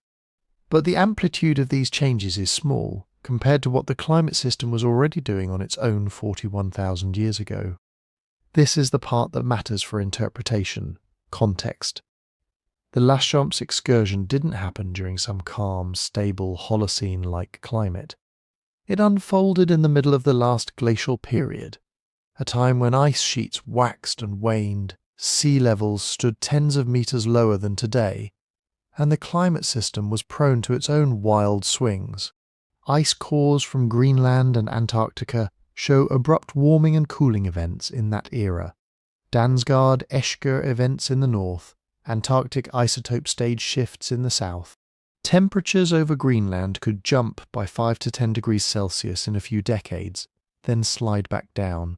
Ocean circulation in the North Atlantic wobbled, affecting how heat moved around the planet. Dust levels changed. Monsoon systems strengthened and weakened. Against that restless backdrop, teasing out the fingerprint of a geomagnetic excursion is like trying to hear a flute line inside a thunderstorm. There are intriguing hints. Some records show changes around the time of Laschamps, slight shifts in rainfall patterns inferred from cave deposits, variations in dust flux, wiggles in temperature proxies. It's tempting to line them up with the drop in magnetic field strength and say, that's the climate responding to ozone loss and particle-driven chemistry. But timing in paleoclimate is tricky. Dating uncertainties of even a few hundred years can scramble alignments. Two things happening around 41,000 years ago are not automatically cause and effect. Ice sheet dynamics, volcanic eruptions, internal ocean variability, orbital cycles, all of these were also in play. That's why researchers are careful, or at least they try to be. One camp argues that the geomagnetic excursion probably did have some climate influence, but as a secondary player. In that view, particle-driven ozone changes and a slightly altered radiation budget nudged a system that was already near various tipping points. Maybe they made some regional transitions a little more likely, or changed the timing of a few events by decades or centuries, but they didn't rewrite the glacial script. Another camp is even more conservative. From their perspective, the Laschamps signal in climate proxies is either absent or indistinguishable from background noise. If you didn't know there had been a magnetic excursion, they argue, you'd be hard-pressed to discover it just by looking at temperature, rainfall, or ice volume records. For them, the main legacy of Laschamps is in cosmogenic isotopes and magnetic minerals, not in the climate itself. And then there are those who lean the other way, at least as a thought experiment. They point to the biggest chemistry models, the ones that generate sizable ozone losses under particular solar conditions, and ask what that might look like on the ground. A world with more UV stress, maybe slightly cooler in some high-latitude winters, perhaps a bit drier or wetter in certain belts. They note correlations between magnetic field changes and some paleoclimate features and suggest that, even if the case isn't proven, we shouldn't dismiss the possibility of a stronger link. Running through all of this is a methodological caution. Correlation is cheap, causation is expensive. It's easy to line up graphs and see patterns. Magnetic intensity drops here, a stalagmite growth rate changes there, an ice core proxy wiggles somewhere else. Our brains are wired to connect them, to weave a story where one thing causes another. But establishing that link requires more than visual synchronicity. It demands mechanisms that make physical sense, models that reproduce both timing and magnitude, and independent lines of evidence that point to the same conclusion. Right now, for Laschamps, the safest summary looks something like this. The weakened magnetic field almost certainly increased particle access to the atmosphere and altered upper atmospheric chemistry. That chemistry likely reduced ozone to some degree, especially at high latitudes, and slightly boosted surface UV in at least some regions. Those changes in turn may have had subtle effects on climate and ecosystems, but those effects were folded into a glacial world already dominated by ice sheets, ocean circulation shifts and orbital pacing. To the humans and animals alive then, did it feel like a distinct event? Probably not in the way we'd like to imagine. No sudden global shock that everyone would have noticed at once. More likely it was part of the background, a slightly different sky, a marginally harsher radiation environment, maybe small shifts in where plants thrived best, which roots herds preferred, how comfortable it felt to linger under the midday sun in certain regions. To see how those subtle physical changes might have intersected with actual lives, we have to step down from the stratosphere into the day-to-day world 41,000 years ago. Ice sheets grinding south, steppe and forest trading places, Neanderthals and early modern humans moving through a landscape that was changing for many reasons, not just because the compass had lost its way. Imagine you wake up as a human being 41,000 years ago. There are no cities, no farms, no written words, but the world is far from empty, and it is anything but simple. We're in the late Pleistocene, deep in the last ice age, not at the absolute coldest point that will come 10 or 15,000 years later, but solidly in glacial territory. If you could see the planet from far above, it would look strangely out of proportion. Over North America, a white shield of ice sprawls southward, hundreds to thousands of meters thick. The Laurentide and Cordilleran ice sheets cover most of what is now Canada and push down into what will one day be the northern United States. In Europe, the Fennoscandian ice sheet sits like a frozen crown over Scandinavia and parts of northern Germany and Russia. Glaciers spill out of mountain ranges, the Alps, the Pyrenees, the Caucasus, the Rockies, the Andes, feeding outwash plains and braided rivers. So much water is locked up as ice that sea level is tens of meters lower than it is today. The coastline, on a modern map hasn't been drawn yet. Continental shelves are dry land. The North Sea is mostly a broad, cold steppe where rivers meander toward a distant Atlantic. Britain is not an island, it's part of mainland Europe, connected by a windswept plain that herds of animals and small bands of humans cross on foot. In Southeast Asia, the shallow seas between many islands are dry. Great Sunda is a continuous landmass linking what will become Sumatra, Java, Borneo, and the Asian mainland. New Guinea and Australia are fused into a single continent. Sohul, ringed by reefs, mangroves, and rougher shores. Between the big ice sheets and the subtropics lies a vast belt of cold grassland and shrub, sometimes called the Mammoth Steppe. It stretches from Western Europe across Eurasia, into Beringia, and down into parts of North America. Long winters, short summers, strong winds, sparse trees. Think of a treeless prairie, but colder, drier, and more extreme. In some regions, dust storms sweep across the land as glacial winds scour exposed sediments and dump fine particles downwind. Farther south, the picture softens, but only a little. In the Mediterranean, in parts of the Middle East, in pockets of Africa and Asia, forests cling to wetter zones along rivers and coasts. Savannas and open woodlands pulse with the seasons, expanding and contracting as rainfall shifts. The tropics are not the dense, unbroken jungles of your imagination. Many are mosaics, patches of forest, scrub, grass, and swamp, constantly rearranged by climate swings, fire, and the movement of animals and people. This is the physical stage on which our story plays out. Now fill it with life. At 41,000 years ago, our species, Homo sapiens, is no longer confined to a single region in Africa. Modern humans have already begun their great expansion. Genetic and archaeological evidence suggests that by this time, Homo sapiens is established across large parts of Africa and is present in the Levant and much of Western Eurasia. There are modern humans in the Middle East, in Europe, in parts of Central and South Asia. Some have already reached Australia and New Guinea.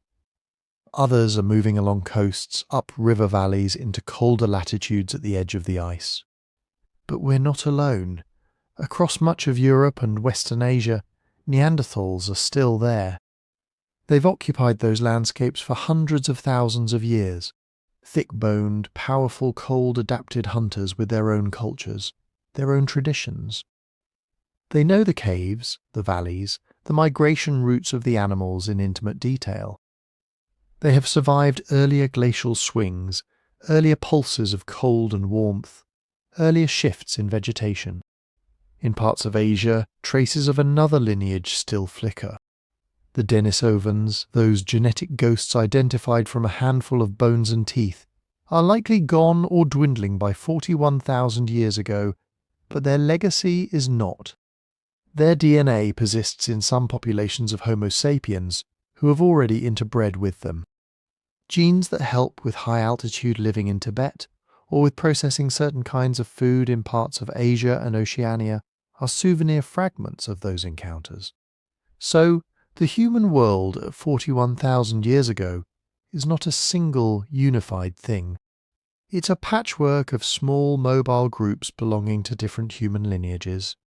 Modern humans in Africa and beyond, Neanderthals in Europe and Western Asia.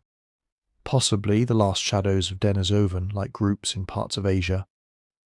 These populations don't cover the map evenly. They cluster around rivers, coastlines, resource-rich valleys and ice-free corridors. Around them, the animal world is both familiar and alien.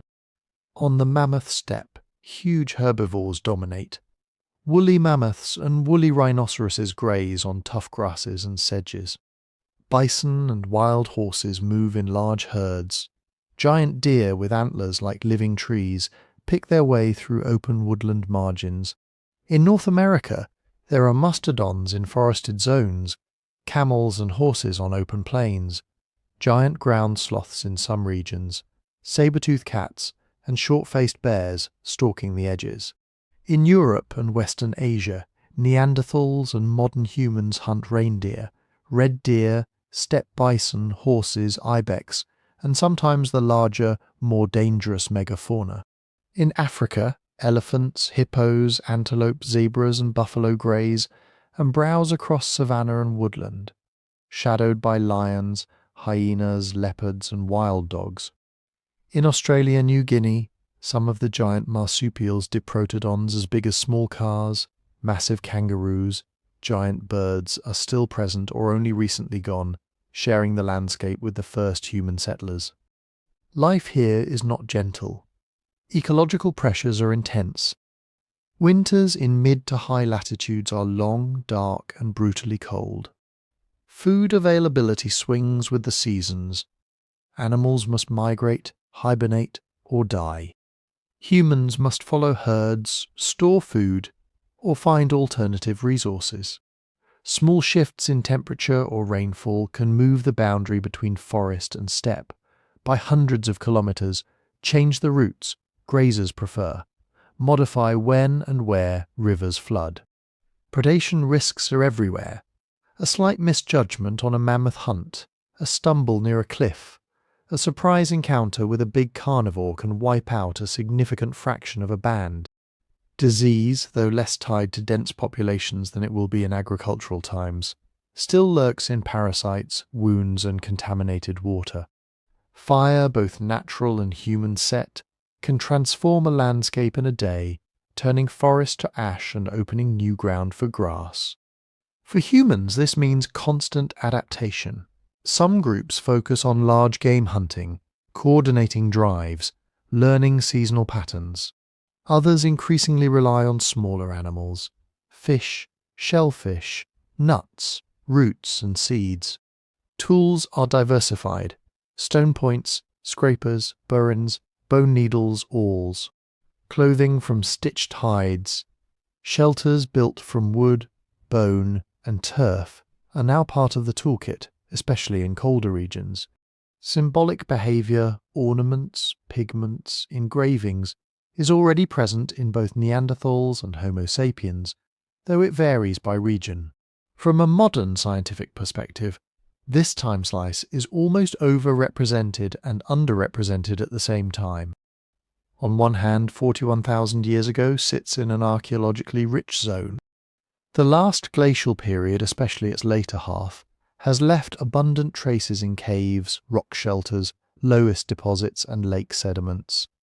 Bones, tools, hearths, ochre, beads, carved objects, they all show up in layers we can often date with radiocarbon. In Europe, for instance, this is the era of the so-called Middle to Upper Paleolithic transition, when Neanderthal-associated industries overlap with and are gradually replaced by those associated with incoming or expanding Homo sapiens. In Africa, there are late Middle Stone Age and early Later Stone Age industries. In Australia and parts of Asia, we have evidence of early human occupation in caves and along coasts. On the other hand, the record is still fragmentary and uneven. Glacial ice wipes clean huge areas, grinding away any traces that once existed. Rising and falling sea levels drown and expose coastal sites. Many of the most promising, resource-rich shorelines from 41,000 years ago are now under tens of meters of water. In regions without caves or good sediment traps, artifacts weather away, wash downstream, or are buried beyond reach. Radiocarbon dating becomes fuzzier as you approach its upper limits, and many contexts we care about lie right around that edge. Even where we have sites, they represent pinpricks in an enormous landscape. A single cave with a beautiful stratigraphy may stand in for thousands of square kilometers, where nothing was preserved. So we end up with a mosaic full of gaps. Here, a well-documented Neanderthal campsite in a French valley. There, a Homo sapiens hunting camp on a Central Asian plain. A shell midden on an Australian coast, a rock shelter with ochre and engraved pieces in southern Africa. We can infer patterns of movement, diet, technology, and social life, but always with the knowledge that we are seeing only the pieces that escaped erosion, ice, and time. Into this already complex world, the Laschamps excursion arrives. Not as a single obvious catastrophe, but as a multi-thousand-year episode in which the planet's magnetic field weakens, wanders, changes shape, and then recovers. The weakened field lets more high-energy particles into the atmosphere, tweaks ozone, alters the pattern of auroras, and raises surface radiation slightly, especially at higher latitudes. How does that intersect with the lives of the beings we've just met? For a Neanderthal band wintering near the edge of the European ice sheet, does a slightly different sky change when they travel, where they camp, how well their eyes cope with snow glare? For Homo sapiens groups moving along Asian coasts, does a modest increase in UV make midday more uncomfortable, or favour boats leaving at dawn and dusk? For plants, plankton and animals already stressed by glacial climates, does the extra radiation tip the balance in subtle ways, nudging some species up and others down? These are the questions that sit at the boundary between geophysics and archaeology, between magnetic field lines and hearth ashes.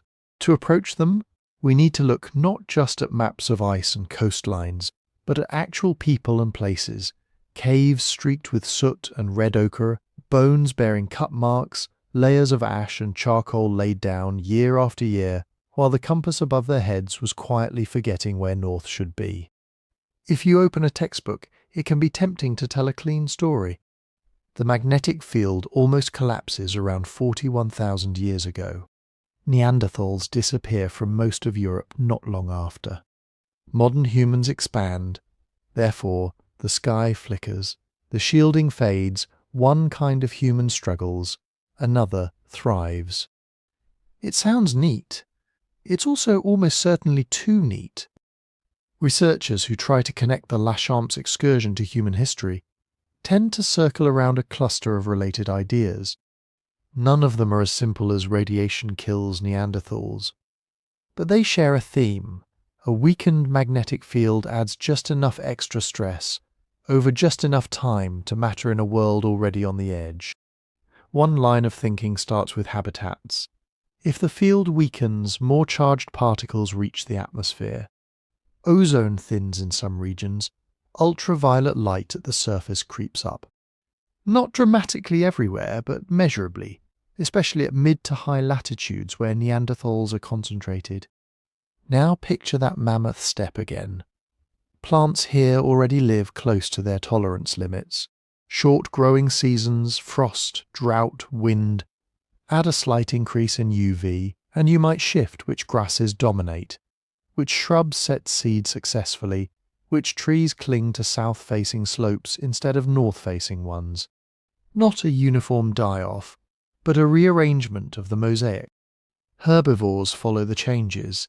Their favourite grazing grounds shift north or south, uphill or down. Rivers bordered by willow and poplar one century might favour different species the next. For human hunters depending on predictable migrations, even modest shifts in plant communities can ripple outward. Herds take different routes, arrive earlier or later, linger in unfamiliar valleys. In this view, the magnetic excursion doesn't target Neanderthals directly. It perturbs the background, vegetation, snow cover, productivity of the land, and that, in combination with ongoing Ice Age climate swings, pushes some regional populations into trouble. Another idea focuses on demographics. Small, scattered bands of humans are vulnerable to runs of bad luck. A few harsh winters, a few failed hunts, a disease outbreak, and a local lineage can disappear. If the Laschamps excursion coincides with a cluster of environmental challenges, cold snaps, droughts, more frequent storms, then it might act like one more weight on the scale. Neanderthal populations at this time already seem fragmented. Genetic studies of Neanderthal remains show low diversity, signs of inbreeding in some regions and evidence that local groups were sometimes quite isolated. That's the kind of population structure that doesn't handle extra stress well.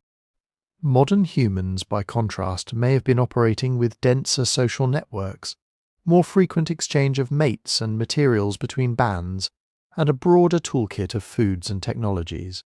In that case, the same environmental perturbation could hit both species, but one has more redundancy built into its social system.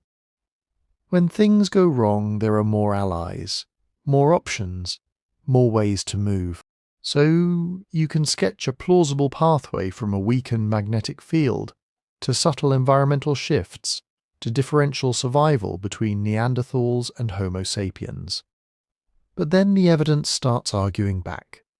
First, timing. Neanderthals do not vanish in a single moment. Their decline is regionally staggered. Some areas of Western Europe may lose Neanderthal populations earlier, others hold on longer. In the Iberian Peninsula, Neanderthal-like industries and fossils seem to persist after 41,000 years ago. In parts of Eastern Europe and Western Asia, the overlap between Neanderthals and incoming modern humans stretches across thousands of years. Modern humans don't sweep across Eurasia at the exact moment of the excursion either. Some Homo sapiens groups are present in the Levant and beyond before Laschamps. Others arrive in Europe as the excursion is ending or already past. The demographic transition from a Neanderthal-dominated Europe to a Homo sapiens-dominated one is a drawn-out, patchy process. On the geophysical side, dating the excursion itself carries uncertainties. Different archives, lava flows, deep-sea sediments, lake cores, record slightly different timing for when the field weakened, when it reached its minimum, when it recovered. Radiocarbon calibration curves that rely on cosmogenic nuclides like beryllium-10 and carbon-14 bring their own error bars. Put those uncertainties on top of the radiocarbon age ranges for bones, tools and cave layers, and the neat alignment starts to smear. Instead of a single sharp moment, you get overlapping bands of probability. Sometimes the Laschamps excursion and key archaeological transitions seem to coincide. Sometimes they slide past each other. Second, alternative explanations for Neanderthal decline are not in short supply. One of the most widespread is simple ecological competition. Modern humans arriving in Neanderthal territories bring slightly different hunting strategies. perhaps more flexible diets, denser social networks, and, eventually, more elaborate symbolic practices. They might hunt the same animals, but with different scheduling, different sharing rules, different ways of storing and processing meat. They might exploit fish, birds, and plant foods that Neanderthals use less intensively. In this scenario, Neanderthals don't lose because the sky changes. They lose because another population carrying a different package of genes and culture outcompetes them over generations. Disease is another candidate. Close contact between two human lineages that have been separated for hundreds of thousands of years could allow pathogens to jump into immunologically naive hosts. Even a modest uptick in mortality, especially among infants and mothers, could devastate small, already stressed populations. The archaeological record would not easily preserve such epidemics. Bones do not carry most viruses, and ancient DNA for pathogens this old is rare. Interbreeding itself also plays a role. Genetic studies show that Neanderthals didn't simply vanish into the void. A portion of their DNA survives in modern non-African humans. That implies not just coexistence, but mating and gene flow. Over time, with modern humans vastly outnumbering Neanderthals, that gene flow can look like absorption. Neanderthals as a distinct cultural and anatomical tradition fade, but pieces of their genome persist, diluted into a much larger Homo sapiens population. Climate variability, independent of magnetism, is yet another factor. The last glacial period includes rapid climate oscillations, abrupt cooling and warming events that reorganize ecosystems in decades to centuries. These Dansgaard-Eschger events, seen in Greenland ice cores, line up roughly with some archaeological shifts in Europe and Western Asia. That offers another way to link environmental instability to Neanderthal fortunes without invoking the magnetic field specifically. To claim that Laschamps played a decisive role, scientists would need a particular kind of evidence. They would need tight chronological correlations between the excursion and demographic changes, not just at one site, but across many regions. They would need to show that population declines or cultural transitions cluster in the window of maximum field weakness more than they do in adjacent periods. They would want biological signals, perhaps elevated mutation rates, in ancient DNA from organisms living at high latitudes during Laschamps, relative to similar organisms before and after, or characteristic damage patterns in DNA that match what high-energy particles produce. So far, those signals are subtle at best and confounded by the normal decay that affects genetic material over tens of thousands of years. They would benefit from clear ecological fingerprints, pollen records that show plant communities shifting in ways best explained by increased UV or altered atmospheric chemistry during the excursion, marine records where plankton or productivity changes align with cosmogenic peaks, and then map onto changes in coastal human sites. And all of this would have to survive the known complications. Radiocarbon ages that blur over centuries, different cave layers that have mixed slightly over time, genetic samples that come from a handful of individuals standing in for vast unseen populations. Regional differences, where one valley might show stress while another, with better shelter or richer resources, sails through. When you put it all together, the picture that emerges is not a crisp line of cause and effect, but a tangle of influences. The Laschamps excursion definitely happened. It definitely altered the flow of radiation into our atmosphere. It likely had some environmental consequences, and those consequences unfolded while Neanderthals and modern humans were sharing a continent and adjusting to each other's presence. Whether it nudged Neanderthals closer to the edge, or barely registered in their day-to-day reality, remains an open question. What we can say is that the timing is intriguing, the mechanisms are plausible in outline, and the story is not settled. In a world of small populations and narrow margins, even modest changes in the sky above could matter. But the decline of Neanderthals and the rise of Homo sapiens in Eurasia look to be the product of many overlapping processes: climate, competition, culture, chance. And while scientists argue over graphs and error bars, the people living through it were dealing with a simpler calculus. Stay warm, find food, keep children alive, remember the paths, remember the seasons. For clues about how they met those challenges under a restless sky, we turn from global fields and ice cores back to the places where their lives actually unfolded. The caves, the pigments, the layers of ash and soot where humans, Neanderthal and modern, may have sheltered not just from wind and cold, but perhaps in some small way from the changing heavens above. If you've spent your whole life under an open sky, a cave is a strange thing. From the outside, it's just a dark mouth in the rock. Inside, the temperature steadies, the wind dies, the sound of the world goes quiet. The weather can rage all it likes. A few meters of limestone don't care. For a creature trying to survive an ice age, that alone makes caves valuable. But during something like the Laschamps excursion, caves may have offered another, less obvious kind of refuge. Rock is a good shield. A few meters of stone overhead can cut down cosmic radiation significantly. Even the simplest models show that being underground, or even just beneath a thick overhang, reduces the flux of high-energy particles and some of the secondary radiation that cascades through the atmosphere when the magnetic field weakens. Now, to be clear, no one is imagining Neanderthals and early Homo sapiens discussing magnetic shielding over the fire. What matters is not the theory, but the behaviour. If the sky is a little harsher, more ultraviolet on bright days, perhaps more frequent storms, more flickering auroras at mid-latitudes, then the safest, most comfortable places might happen to be the ones with stone over your head. Caves concentrate many of the things you'd want in unstable times: protection from wind, storage for meat, dry floors, places to raise infants away from predators, and, as a side effect, some shielding from whatever is happening above the clouds. So, when archaeologists notice that around this general period, caves and deep rock shelters in Europe and Western Asia start to show more intensive occupation, more layers of ash, more tools, more repeated use over centuries, it's tempting to wonder. Was this partly a response to a changing sky? We don't know. What we can say is that caves became central theatres of human life and symbol during the last glacial cycle.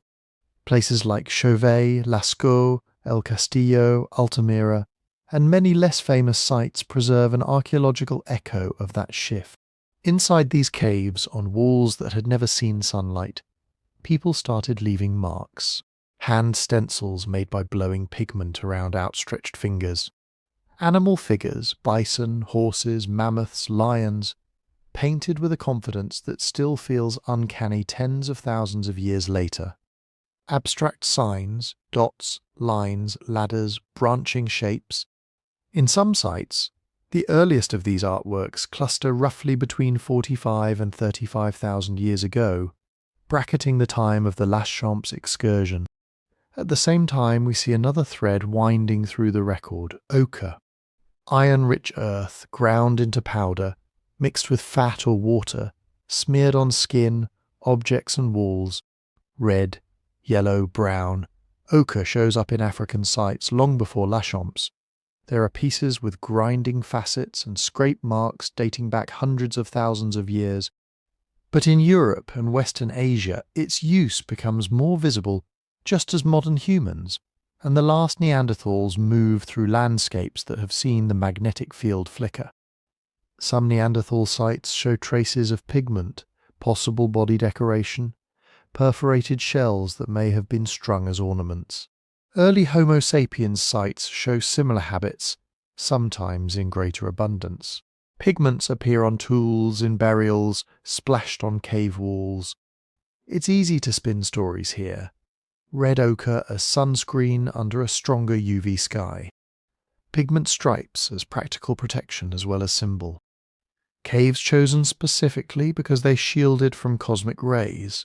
Those are possibilities. They're also hard to test. Humans use ochre for many reasons: to mark group identity, to adorn bodies for rituals, to help tan hides, to dry and preserve food, to create adhesives, to paint stories on walls.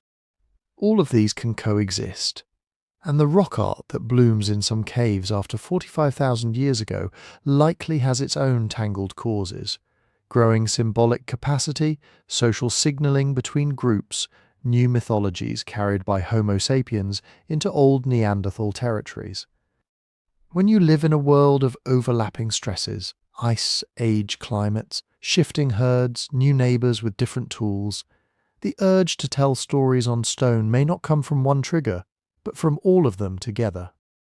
Even figuring out exactly when people used a cave, or when they painted a particular animal, is more difficult than it sounds. Archaeologists have a small toolkit for dating cave life. They can date charcoal from hearths using radiocarbon, giving ages for when fires burned in particular layers. They can analyse the sediment, the slow rain of dust, ash and tiny fragments of bone that accumulates on cave floors, building up a stratigraphy of occupation and abandonment. For the art itself, they sometimes date tiny crusts of calcite that grew over or under a painting using uranium-thorium methods. If a mineral skin forms on top of a red dot, the age of that skin gives a minimum age for the paint beneath. Each method comes with its own uncertainties. Charcoal can be older than the fire it's used in, especially if someone pulled a dead branch from a centuries-old tree. Sediments can slump, mix, or be disturbed by burrowing animals and later visitors. Calcite grows at uneven rates. A flake the size of a fingernail may represent a thin slice of time or many centuries. Radiocarbon calibration curves themselves bend and kink because of changing atmospheric chemistry, including, ironically, changes influenced by events like the Laschamps excursion. When you stack all those error bars, the timeline blurs. A hand stencil might be 41,000 years old, or 39, or 43. A hearth layer in the same cave might straddle the Laschamps window, or sit just before or just after. This is why careful researchers are cautious. There is a temptation to point at a span of dates and say, here, this is when the field was weakest, this is when cave use increases, this is when art appears, therefore cause and effect. Instead, many talk about a behavioural response hypothesis. The idea is modest. If the magnetic field weakens and environmental stresses nudge upward, slightly more UV here, slightly more storms there, then humans might respond by adjusting behaviour, spending more time in caves and rock shelters, scheduling activities differently, using pigments more, decorating bodies and tools in ways that strengthen identities and alliances when times are hard. Under this view, the Laschamps excursion is one ingredient in a stew of pressures. It doesn't have to be the chef.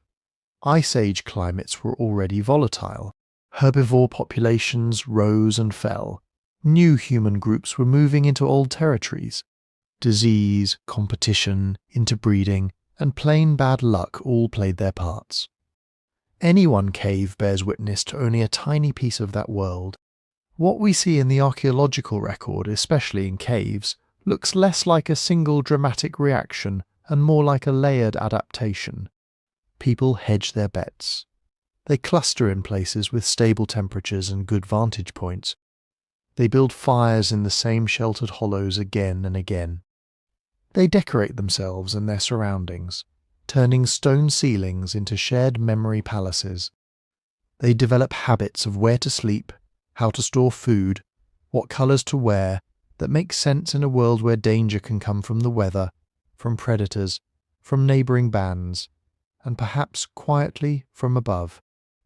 By the way, if you'd like to go deeper into this kind of slow, winding human story, the book that inspired this series is available at sleepytimehistory.com, and there's a discount running this week. Taken together, the caves and the ochre, the hearths and handprints suggest that our ancestors were not passively waiting for the sky to calm down. They were doing what humans always do, stacking small advantages. A little more shelter, a little more cooperation, a little more meaning painted on the walls to bind a group together when the outside world feels unpredictable. Whether or not the Laschamps excursion directly pushed them underground, it unfolded in a world where humans had already learned a crucial trick. When the environment throws multiple problems at you at once, you don't search for a single solution. You weave a net of many small ones. That net, social, technological, symbolic, would matter not just for those huddled in European and Asian caves, but for the other creatures sharing their world, many of whom depended on cues we rarely notice. Because while humans could choose to duck into stone and firelight, countless animals navigated the same restless sky with a different kind of compass entirely. Out there beyond the mouth of the cave, the world was full of quiet navigators. They didn't carry maps, they didn't name constellations, but they moved year after year along paths so consistent that you can still draw them on a globe today.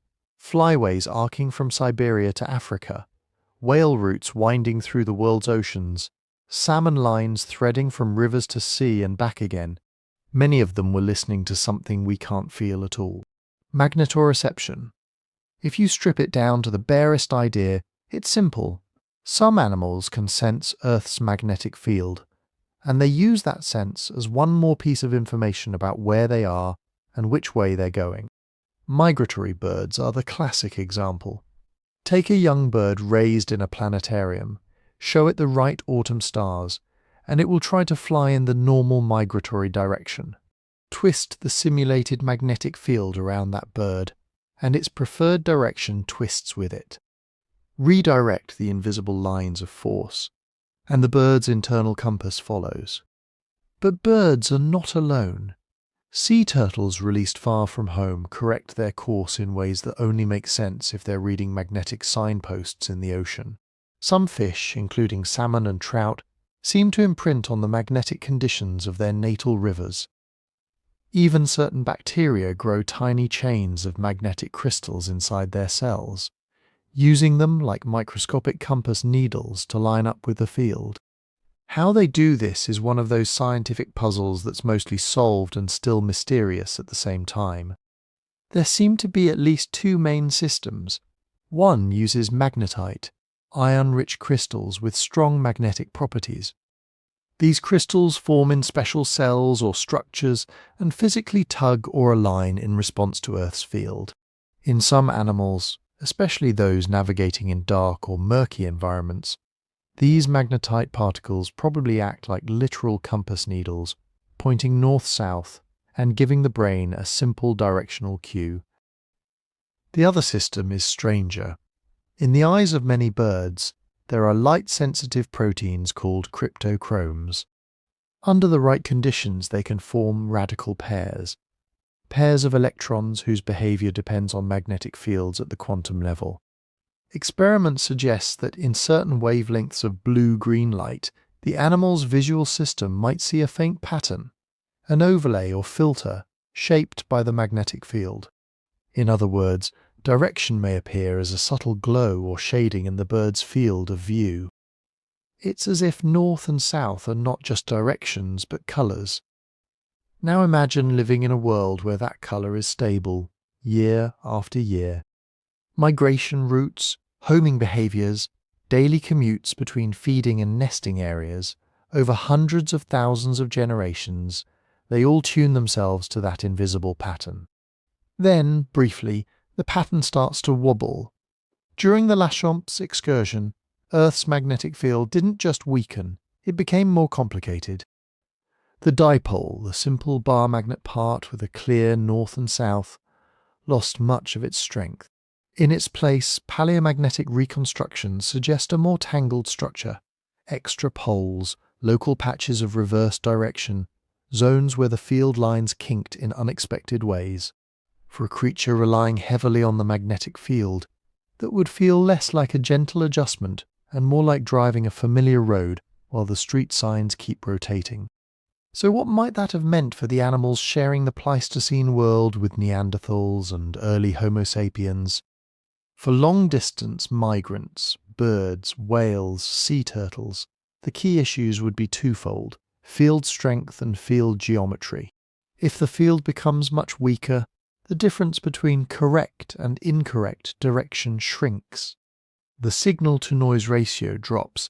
Any internal compass based on tiny magnetic forces has a harder time standing out against random fluctuations and biological noise.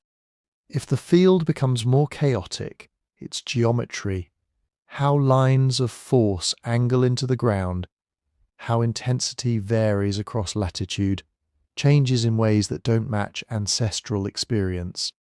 A bird that normally expects the field to get stronger as it flies poleward and weaker as it flies toward the equator might suddenly encounter pockets where that gradient reverses or stalls. A turtle using subtle differences in inclination to know how far north or south it has drifted might read a position that no longer maps cleanly onto the coastline it remembers. In the simplest picture, you would expect more navigational error. Migration routes might become fuzzier bands instead of tight corridors. Arrival dates might spread out as some individuals overshoot, undershoot, or take longer, more meandering paths. Some species could see higher juvenile mortality if inexperienced animals, lacking strong inherited maps, get lost more easily. But that's the simple picture. Reality is messier, and for the animals, probably kinder. Very few species rely on magnetoreception alone. Birds also navigate using the position of the sun, patterns of polarized light in the sky, star constellations at night, landmarks on the ground, smells, wind direction, and even infrasound from distant oceans and mountains. Salmon pick up chemical signatures in rivers. Whales may use underwater topography, temperature gradients, and social learning. Even tiny insects like monarch butterflies combine a time-compensated sun compass with internal clocks, and perhaps magnetic cues. Magnetoreception is more like one instrument in a band than the whole orchestra. When that one instrument goes off-key, because the field is weak or twisted or briefly reversed, animals can and do lean more heavily on the others. We know this from modern analogues. Volcanic rocks and iron-rich formations create local magnetic anomalies where the field points in odd directions or has unexpected strengths. Humans only discovered some of these because aircraft compasses behaved strangely over them. Yet birds still migrate through these regions. They may detour a bit. They may put more weight on visual landmarks or the sun, but the migrations don't collapse. Solar storms can also temporarily disturb the magnetic field. During strong geomagnetic storms, the field can pulse and ripple over hours to days. Radio communications fuzz, auroras bloom farther from the poles, low Earth orbit satellites feel extra drag. Migratory birds flying through such nights sometimes show increased scatter in their headings. They reorient when the storm passes. There are even studies where researchers fit birds with small magnets or coils that distort the local field around the animal. The birds get confused at first, especially in overcast conditions. When other cues are available, though, many eventually manage to orient correctly anyway. All of this suggests that while a weakened and scrambled field 41,000 years ago could have made life harder for magnetic navigators, it probably didn't turn the world into pure chaos. Instead, it likely added friction. More young birds losing their way on their first migration. More turtles taking suboptimal paths. Slight shifts in where herds of caribou or reindeer or their Pleistocene equivalents tended to travel if they were using any magnetic information at all. Indirectly, that might have mattered to the humans and Neanderthals watching the herds, because animal movements shape hunter movements. But here we run into a hard boundary. We do not have direct evidence of migration disruption tied specifically to Laschamps. No fossilized goose with a note pinned to it saying, "Got lost, field too weak." No layered record of stranded whales dated neatly to the excursion. What we have are modern experiments and observations of animals under disturbed magnetic conditions, plus models of what the field probably looked like 41,000 years ago. From those, biologists and geophysicists can sketch hypotheses. One possibility is that species with flexible multi-Q navigation systems rode out the excursion with only modest increases in mortality and error. Another is that species leaning more heavily on magnetoreception, especially long-distance ocean migrants, experienced a temporary drop in navigation success, enough to thin populations or shift breeding grounds slightly, but not enough to leave a clean, worldwide fossil signature. There's also the timescale to consider. Laschamps, even including its lead-up and recovery, played out over thousands of years. For a migratory bird with a lifespan of a few years, that's many, many generations. Natural selection can work quickly under those circumstances.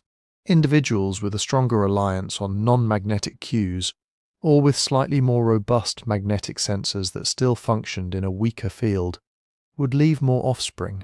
Behaviours could shift, routes could adjust. The migration systems themselves could evolve to cope with the scrambled compass.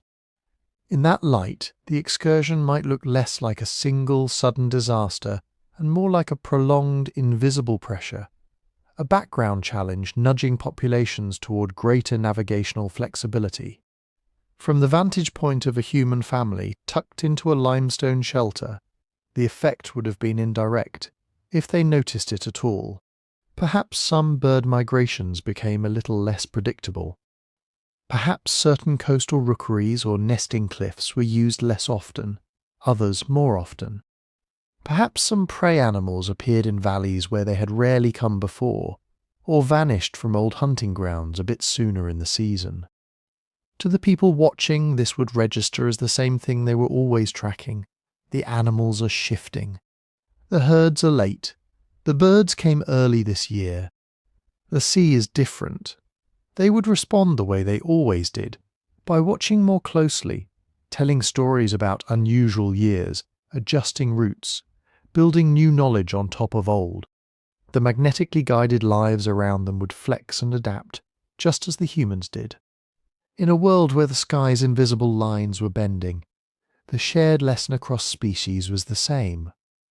You trust your compass, but you never trust only your compass. And for our ancestors, there was another question hanging just beyond that realization. If a scrambled field could tug at bird flocks and sea turtles, what might it do to a civilization like ours, whose own compasses, satellites and power grids quietly depend on the same restless field beneath the auroras? To imagine that, you don't have to change the physics. You just have to change the technology. Those Neanderthals and early Homo sapiens, watching faint curtains of aurora on the horizon, lived under the same basic rules. Charged particles from the sun, magnetic field lines guiding them, ozone absorbing what it could. What they didn't have were things that break when the sky misbehaves. We do. Our civilization has quietly wired itself into the interaction between the sun and Earth's field. It shows up in places you don't usually think about when you look at the night sky. Start with satellites. Every weather forecast, every GPS position on your phone, every time a ship navigates through fog in the Arctic using satellite signals, it's all relying on machines orbiting on the edge of that magnetic shield. When the magnetic field is strong and orderly, it helps keep Earth's radiation belts and upper atmosphere relatively stable. Strong solar storms still happen, but the protective bubble is thick. And satellites are designed with that in mind. Hardened electronics, safe modes, margins in their orbits. We know what happens when conditions get more extreme, because even in our current, still healthy field, the sun occasionally reminds us. In 2003, during the Halloween storms, satellites glitched, some instruments shut down, GPS accuracy degraded.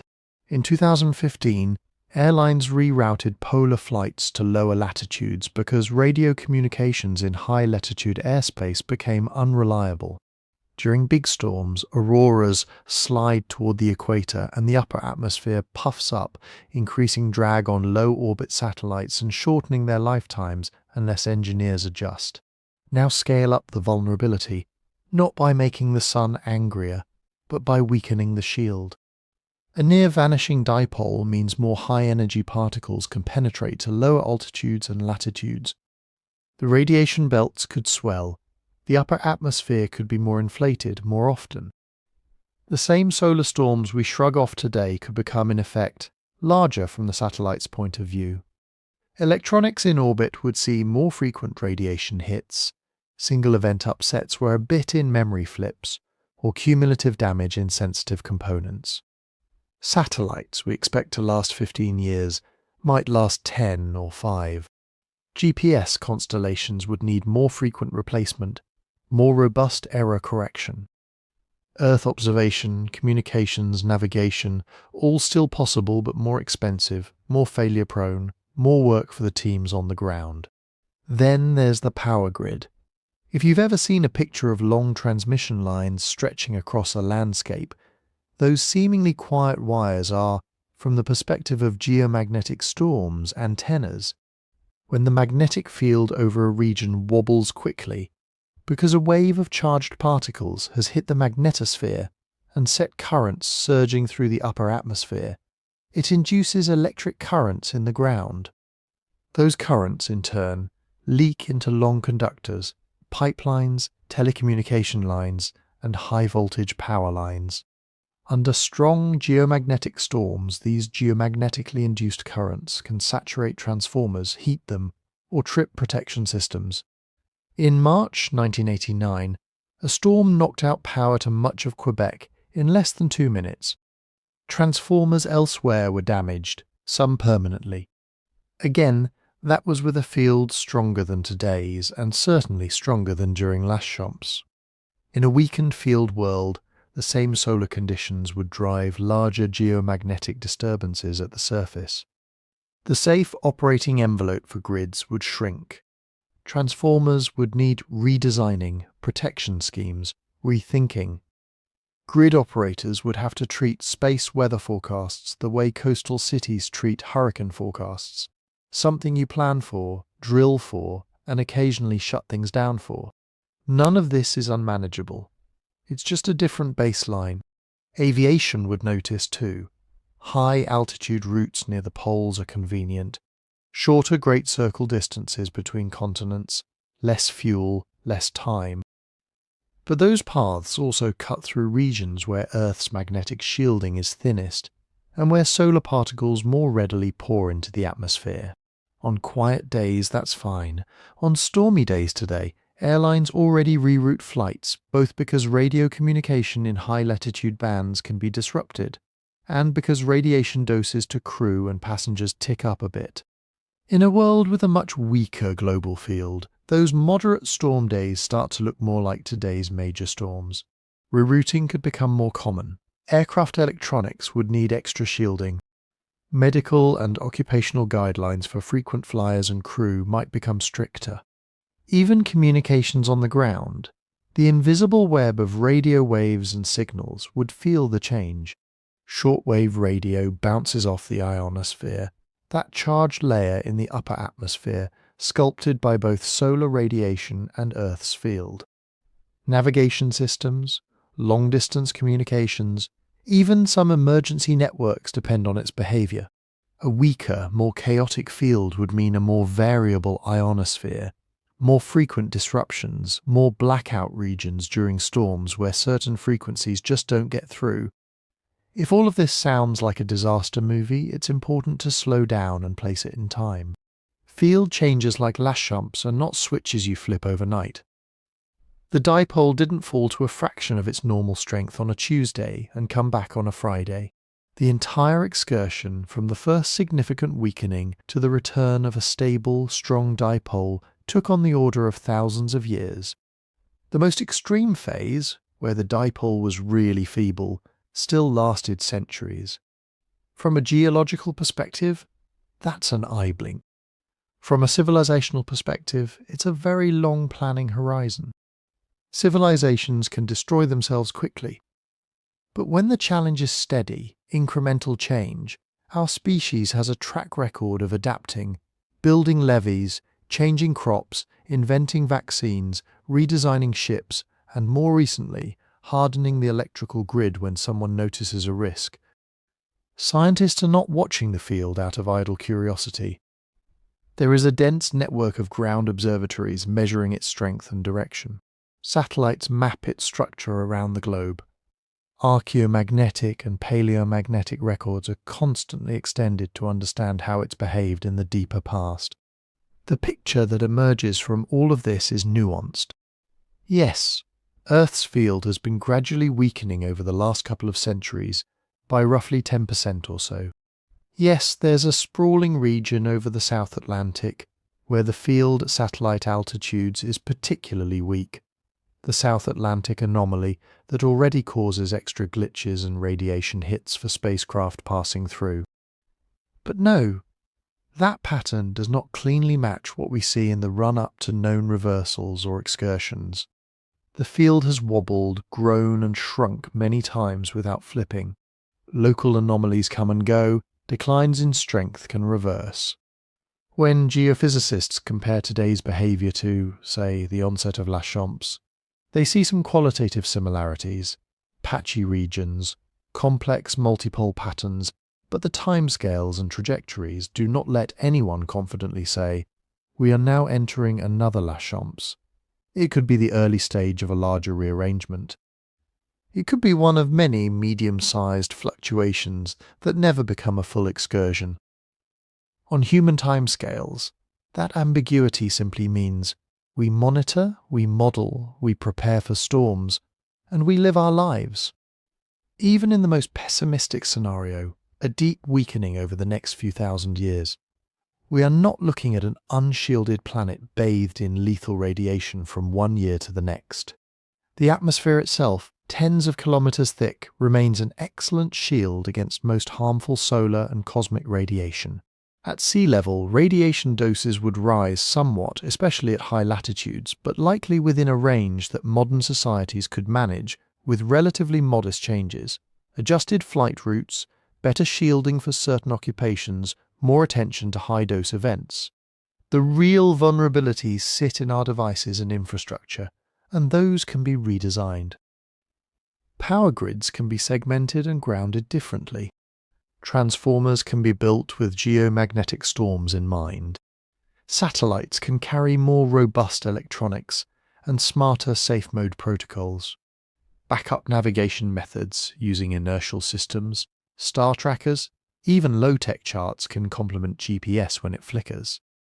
In other words, a near-vanishing field in a technological age is not so much an extinction threat as a very demanding engineering problem spread over many generations. If our ancestors at 41,000 years ago could adapt to a sky that glowed in unusual places and seasons without equations or satellites or even knowing what magnetism was, a civilization that can launch telescopes and model the core of the Earth has options. We do not need to picture the next excursion as a single night when every light goes out and never comes back. It is more realistic and more faithful to the geological record to imagine a long period of adjustment, space weather alerts becoming part of normal forecasts, satellites built like deep-sea submersibles for radiation instead of pressure, power companies treating the sun as one more stakeholder they have to listen to. The field has flickered before. Life passed through those intervals, not unscathed, but unbroken. As we lie here imagining compasses that forget north, it's worth letting that knowledge settle. We are already watching, already learning, already quietly adapting to a planet whose magnetic heart is never perfectly still. The story of reversals and excursions is not a prophecy of sudden doom. It is a reminder that even the deepest parts of Earth are restless, and that like the people in their caves beneath strange auroras, we'll meet that restlessness with our own kind of resilience. If you've made it this far into the story, there's one more layer that matters. Everything you've heard about Laschamps, about weakened fields and wandering poles and strange skies, comes from traces so faint they almost don't seem real. Magnetic whispers in cooled lava, tiny alignments in grains of dust at the bottom of the sea. Extra atoms of one isotope hiding among billions of others in ice and in wood. None of it is a finished picture. It's more like a sketch the planet keeps redrawing, and scientists keep tracing over each time with slightly sharper pencils. One of the main ways that sketch improves is simply by getting more of it. Every paleomagnetic record you've heard about, lava flows, lake muds, deep sea cores, is just one line of evidence at one place. To understand a global event like Laschamps, you need as many independent records as possible, spread across every continent and ocean, overlapping in time. So the work continues. Geologists drill new cores from the ocean floor, cylinders of sediment that settled grain by grain, while the field above them was doing strange things. They hike to remote volcanic provinces and sample ancient lava flows that cooled right in the middle of the excursion. They pull mud from small alpine lakes, peat from bogs, stalagmites from caves. Each sample is taken back to a lab and coaxed, gently, to reveal the direction and strength of the field when it formed. Not once, but at many depths, at many times, across many sites. The goal isn't just more data, it's better data, higher resolution. That means being able to say not just the field was weak sometime in this 10,000-year window, but it dropped sharply over a few centuries, or it flickered back and forth on 1,000-year scales. To do that, scientists pair paleomagnetism with increasingly precise dating methods. Radiocarbon dating gets recalibrated with tree rings. Tephra layers, thin bands of volcanic ash, tie different cores to the same eruption.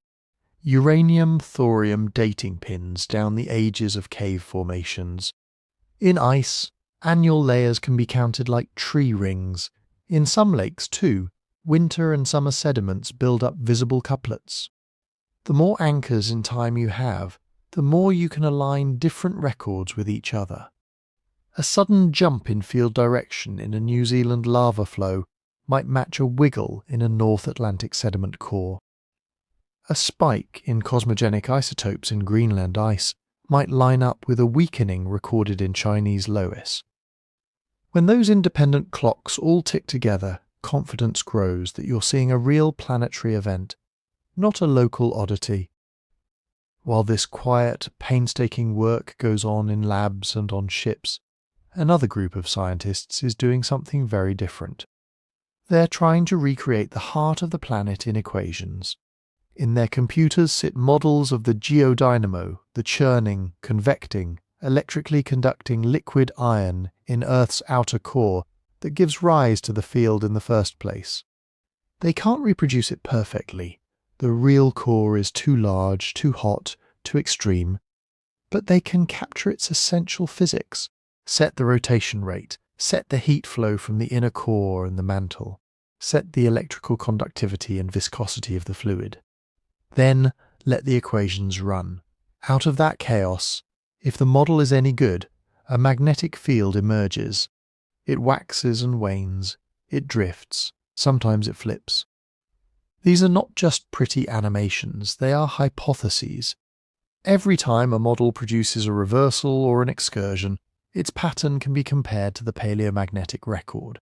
Did the modelled poles wander in the same kinds of paths we infer from rocks? Did the dipole weaken by a similar amount? Did the event last as long? When the match is poor, the modellers adjust their parameters, or realise their assumptions were wrong. When the match is better, they still don't declare victory. They look for more tests. They try to reproduce not just one excursion, but the statistics of many. They ask whether the way the model's field recovers after an event looks anything like the way Earth's field has recovered in the last few million years. Validation in this context isn't a single yes or no. It's a long, quiet conversation between theory and evidence. And in that conversation, there are still lots of unanswered questions. We know in broad strokes that Laschamps involved a major weakening of the global dipole and a temporary dominance of more complex multipolar structures. But how did that look, place by place, on the surface? Were some regions actually better shielded during parts of the excursion, as magnetic flux concentrated in odd spots, while others were especially exposed. Did high latitudes always fare worse? Or did the geometry of the field sometimes put stronger pockets of protection over unexpected regions? Even the duration has fine structure we don't fully see yet. Was the field weak steadily for a few centuries, or did it sag, half recover, and sag again in pulses? Did the poles race around the globe in smooth loops, or in stuttering jumps? Some cores hint at rapid directional swings that might have played out on the scale of human lifetimes. Others smooth those swings out like a long exposure photograph. Then there's the coupling to the rest of the Earth system. We see correlations between Laschamps and spikes in cosmogenic isotopes. We see hints of climate anomalies in some regions. But cause and effect are hard to tease apart. Did changes in the magnetic field meaningfully alter atmospheric chemistry and climate? Or were they just one more nudge among many orbital cycles, volcanic eruptions, ocean reorganizations? Did regional climate responses depend more on geography than on magnetism? These are open questions, and scientists argue about them. Not in the sense of shouting, but in the sense of careful skepticism. One group publishes a result suggesting a strong climate impact of Laschamps in a certain region. Another group points out that the dating uncertainties overlap with a known shift in ocean circulation. A third suggests a different interpretation of the same isotopic signal. The picture doesn't collapse because of this. It sharpens. Interdisciplinary evidence is what holds it together. Paleomagnetists, isotope geochemists, modelers, atmospheric physicists, climate scientists, archaeologists, all of them bring different tools, different biases, different kinds of skepticism. A hypothesis about increased radiation at the surface isn't taken seriously until it's checked against both field reconstructions and chemical models of the atmosphere. A proposed link between Laschamps and a change in human behavior has to survive not just the magnetic timeline, but the archaeological one. Sometimes an exciting connection fades under scrutiny. Sometimes a subtle pattern seen in one core, dismissed as noise, reappears in another discipline's data and begins to look real.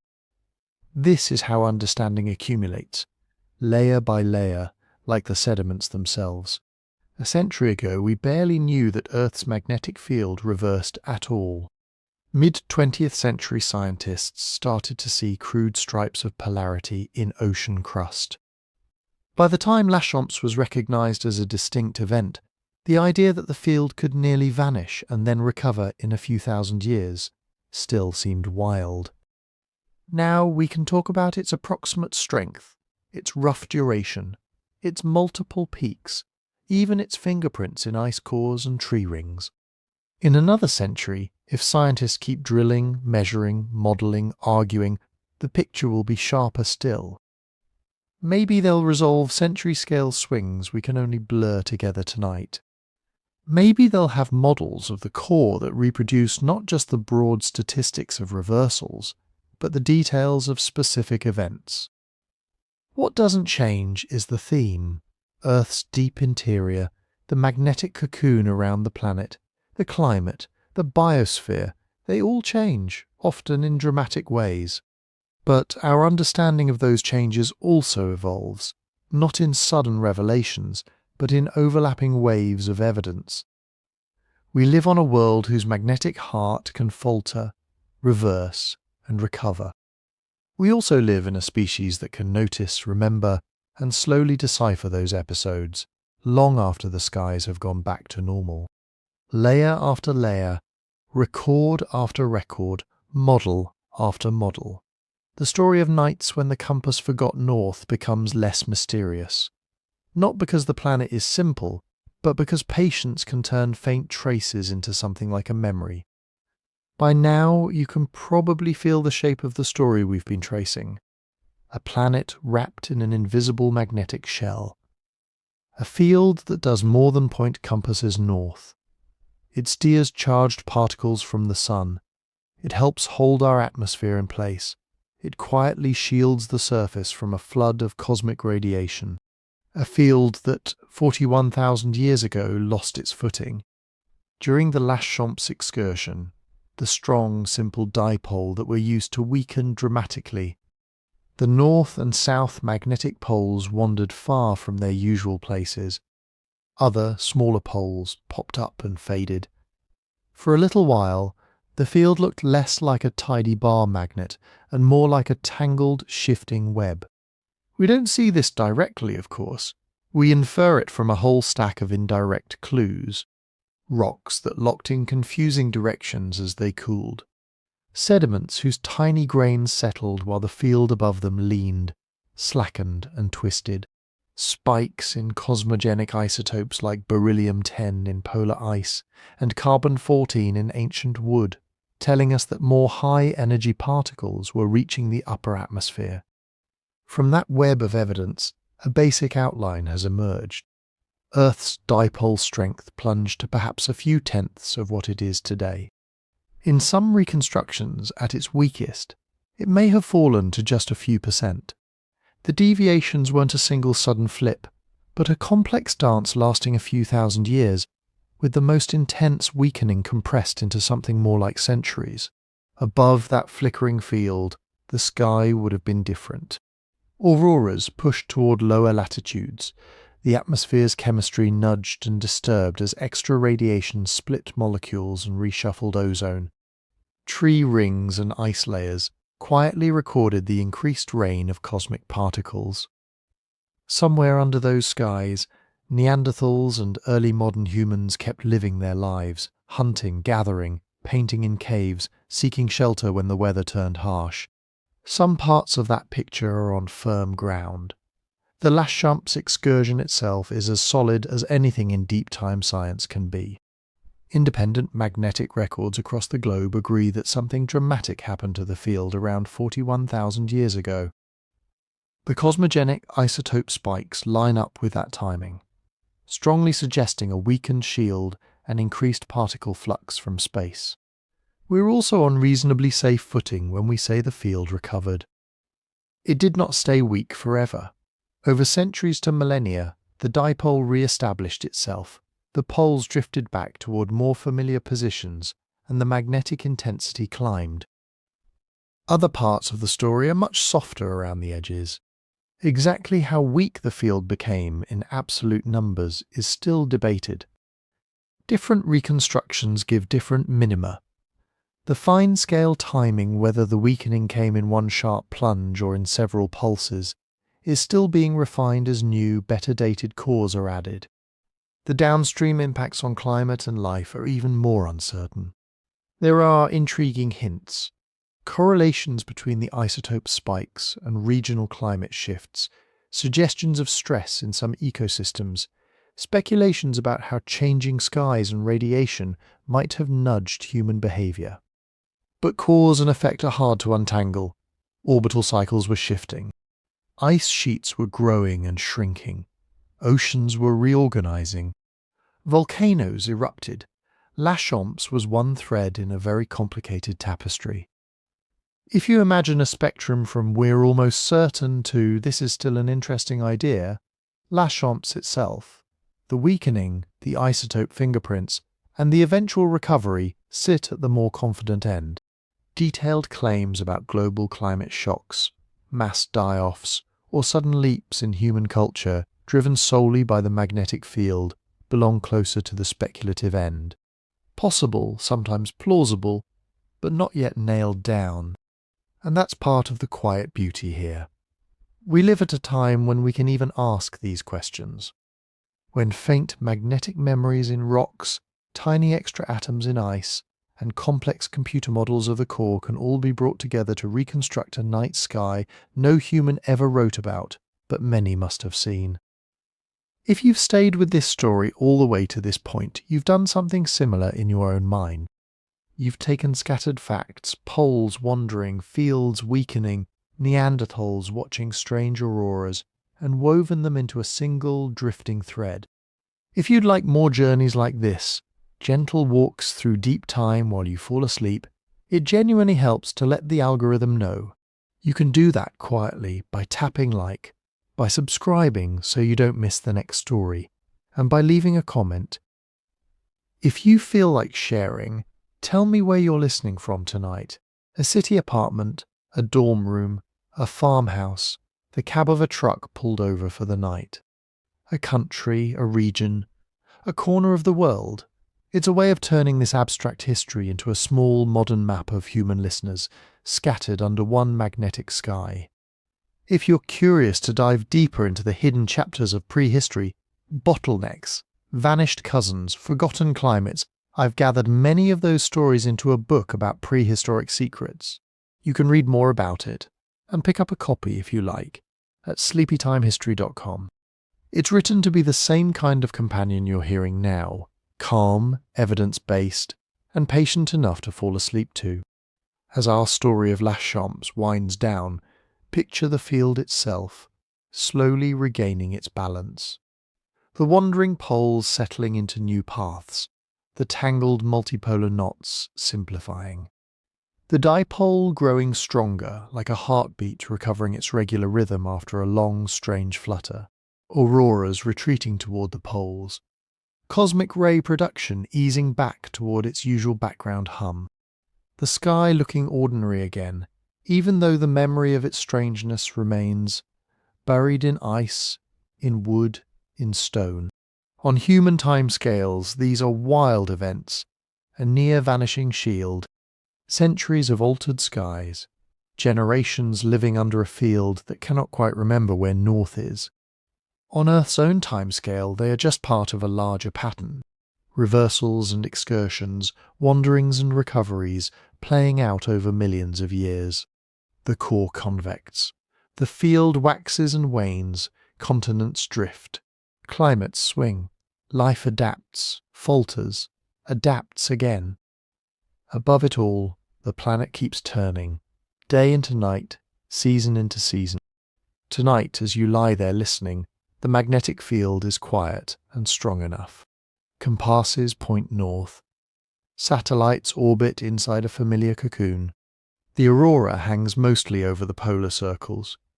Somewhere far beneath your feet, the liquid iron is still churning, still generating the shield that made this long, fragile history possible. Whatever the field will do in the future, whether it drifts, weakens, or one day flips entirely, it will do so on scales far larger than a single human lifespan.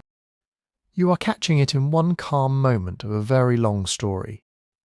So let the details of Laschamps, the arguments and uncertainties, drift to the edges of your mind. Keep only the feeling, a living planet, with a restless magnetic heart that has faltered before and found its way back to a steady north.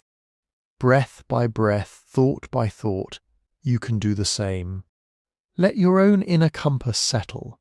For now, on simple things, the weight of the blankets, the rhythm of your breathing, the slow turning of the earth beneath you. The sky outside your window may look ordinary, but you're resting on a world that has survived nights when the compass forgot north, and learned each time how to remember it again.